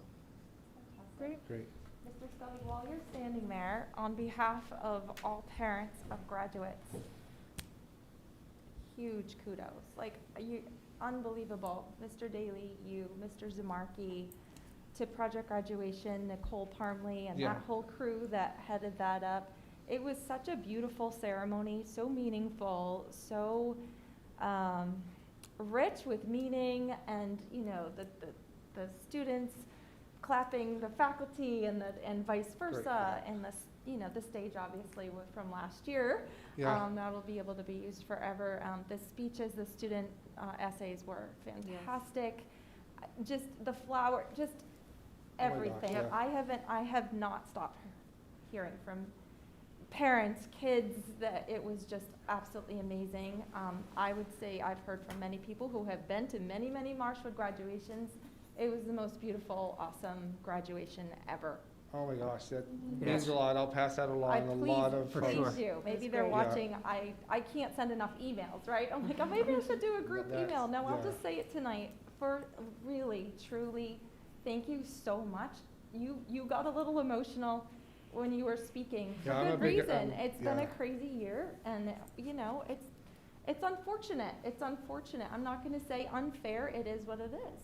Life has its ups and downs, and our kids have built resilience from all of this and will be better for it down the road. But it was tough. It was tough for our students, and you can't make up for it with a graduation ceremony, but it went a long way. So thank you. Well, that means everything, and I'll certainly pass that along because there were a lot of folks that were part of that.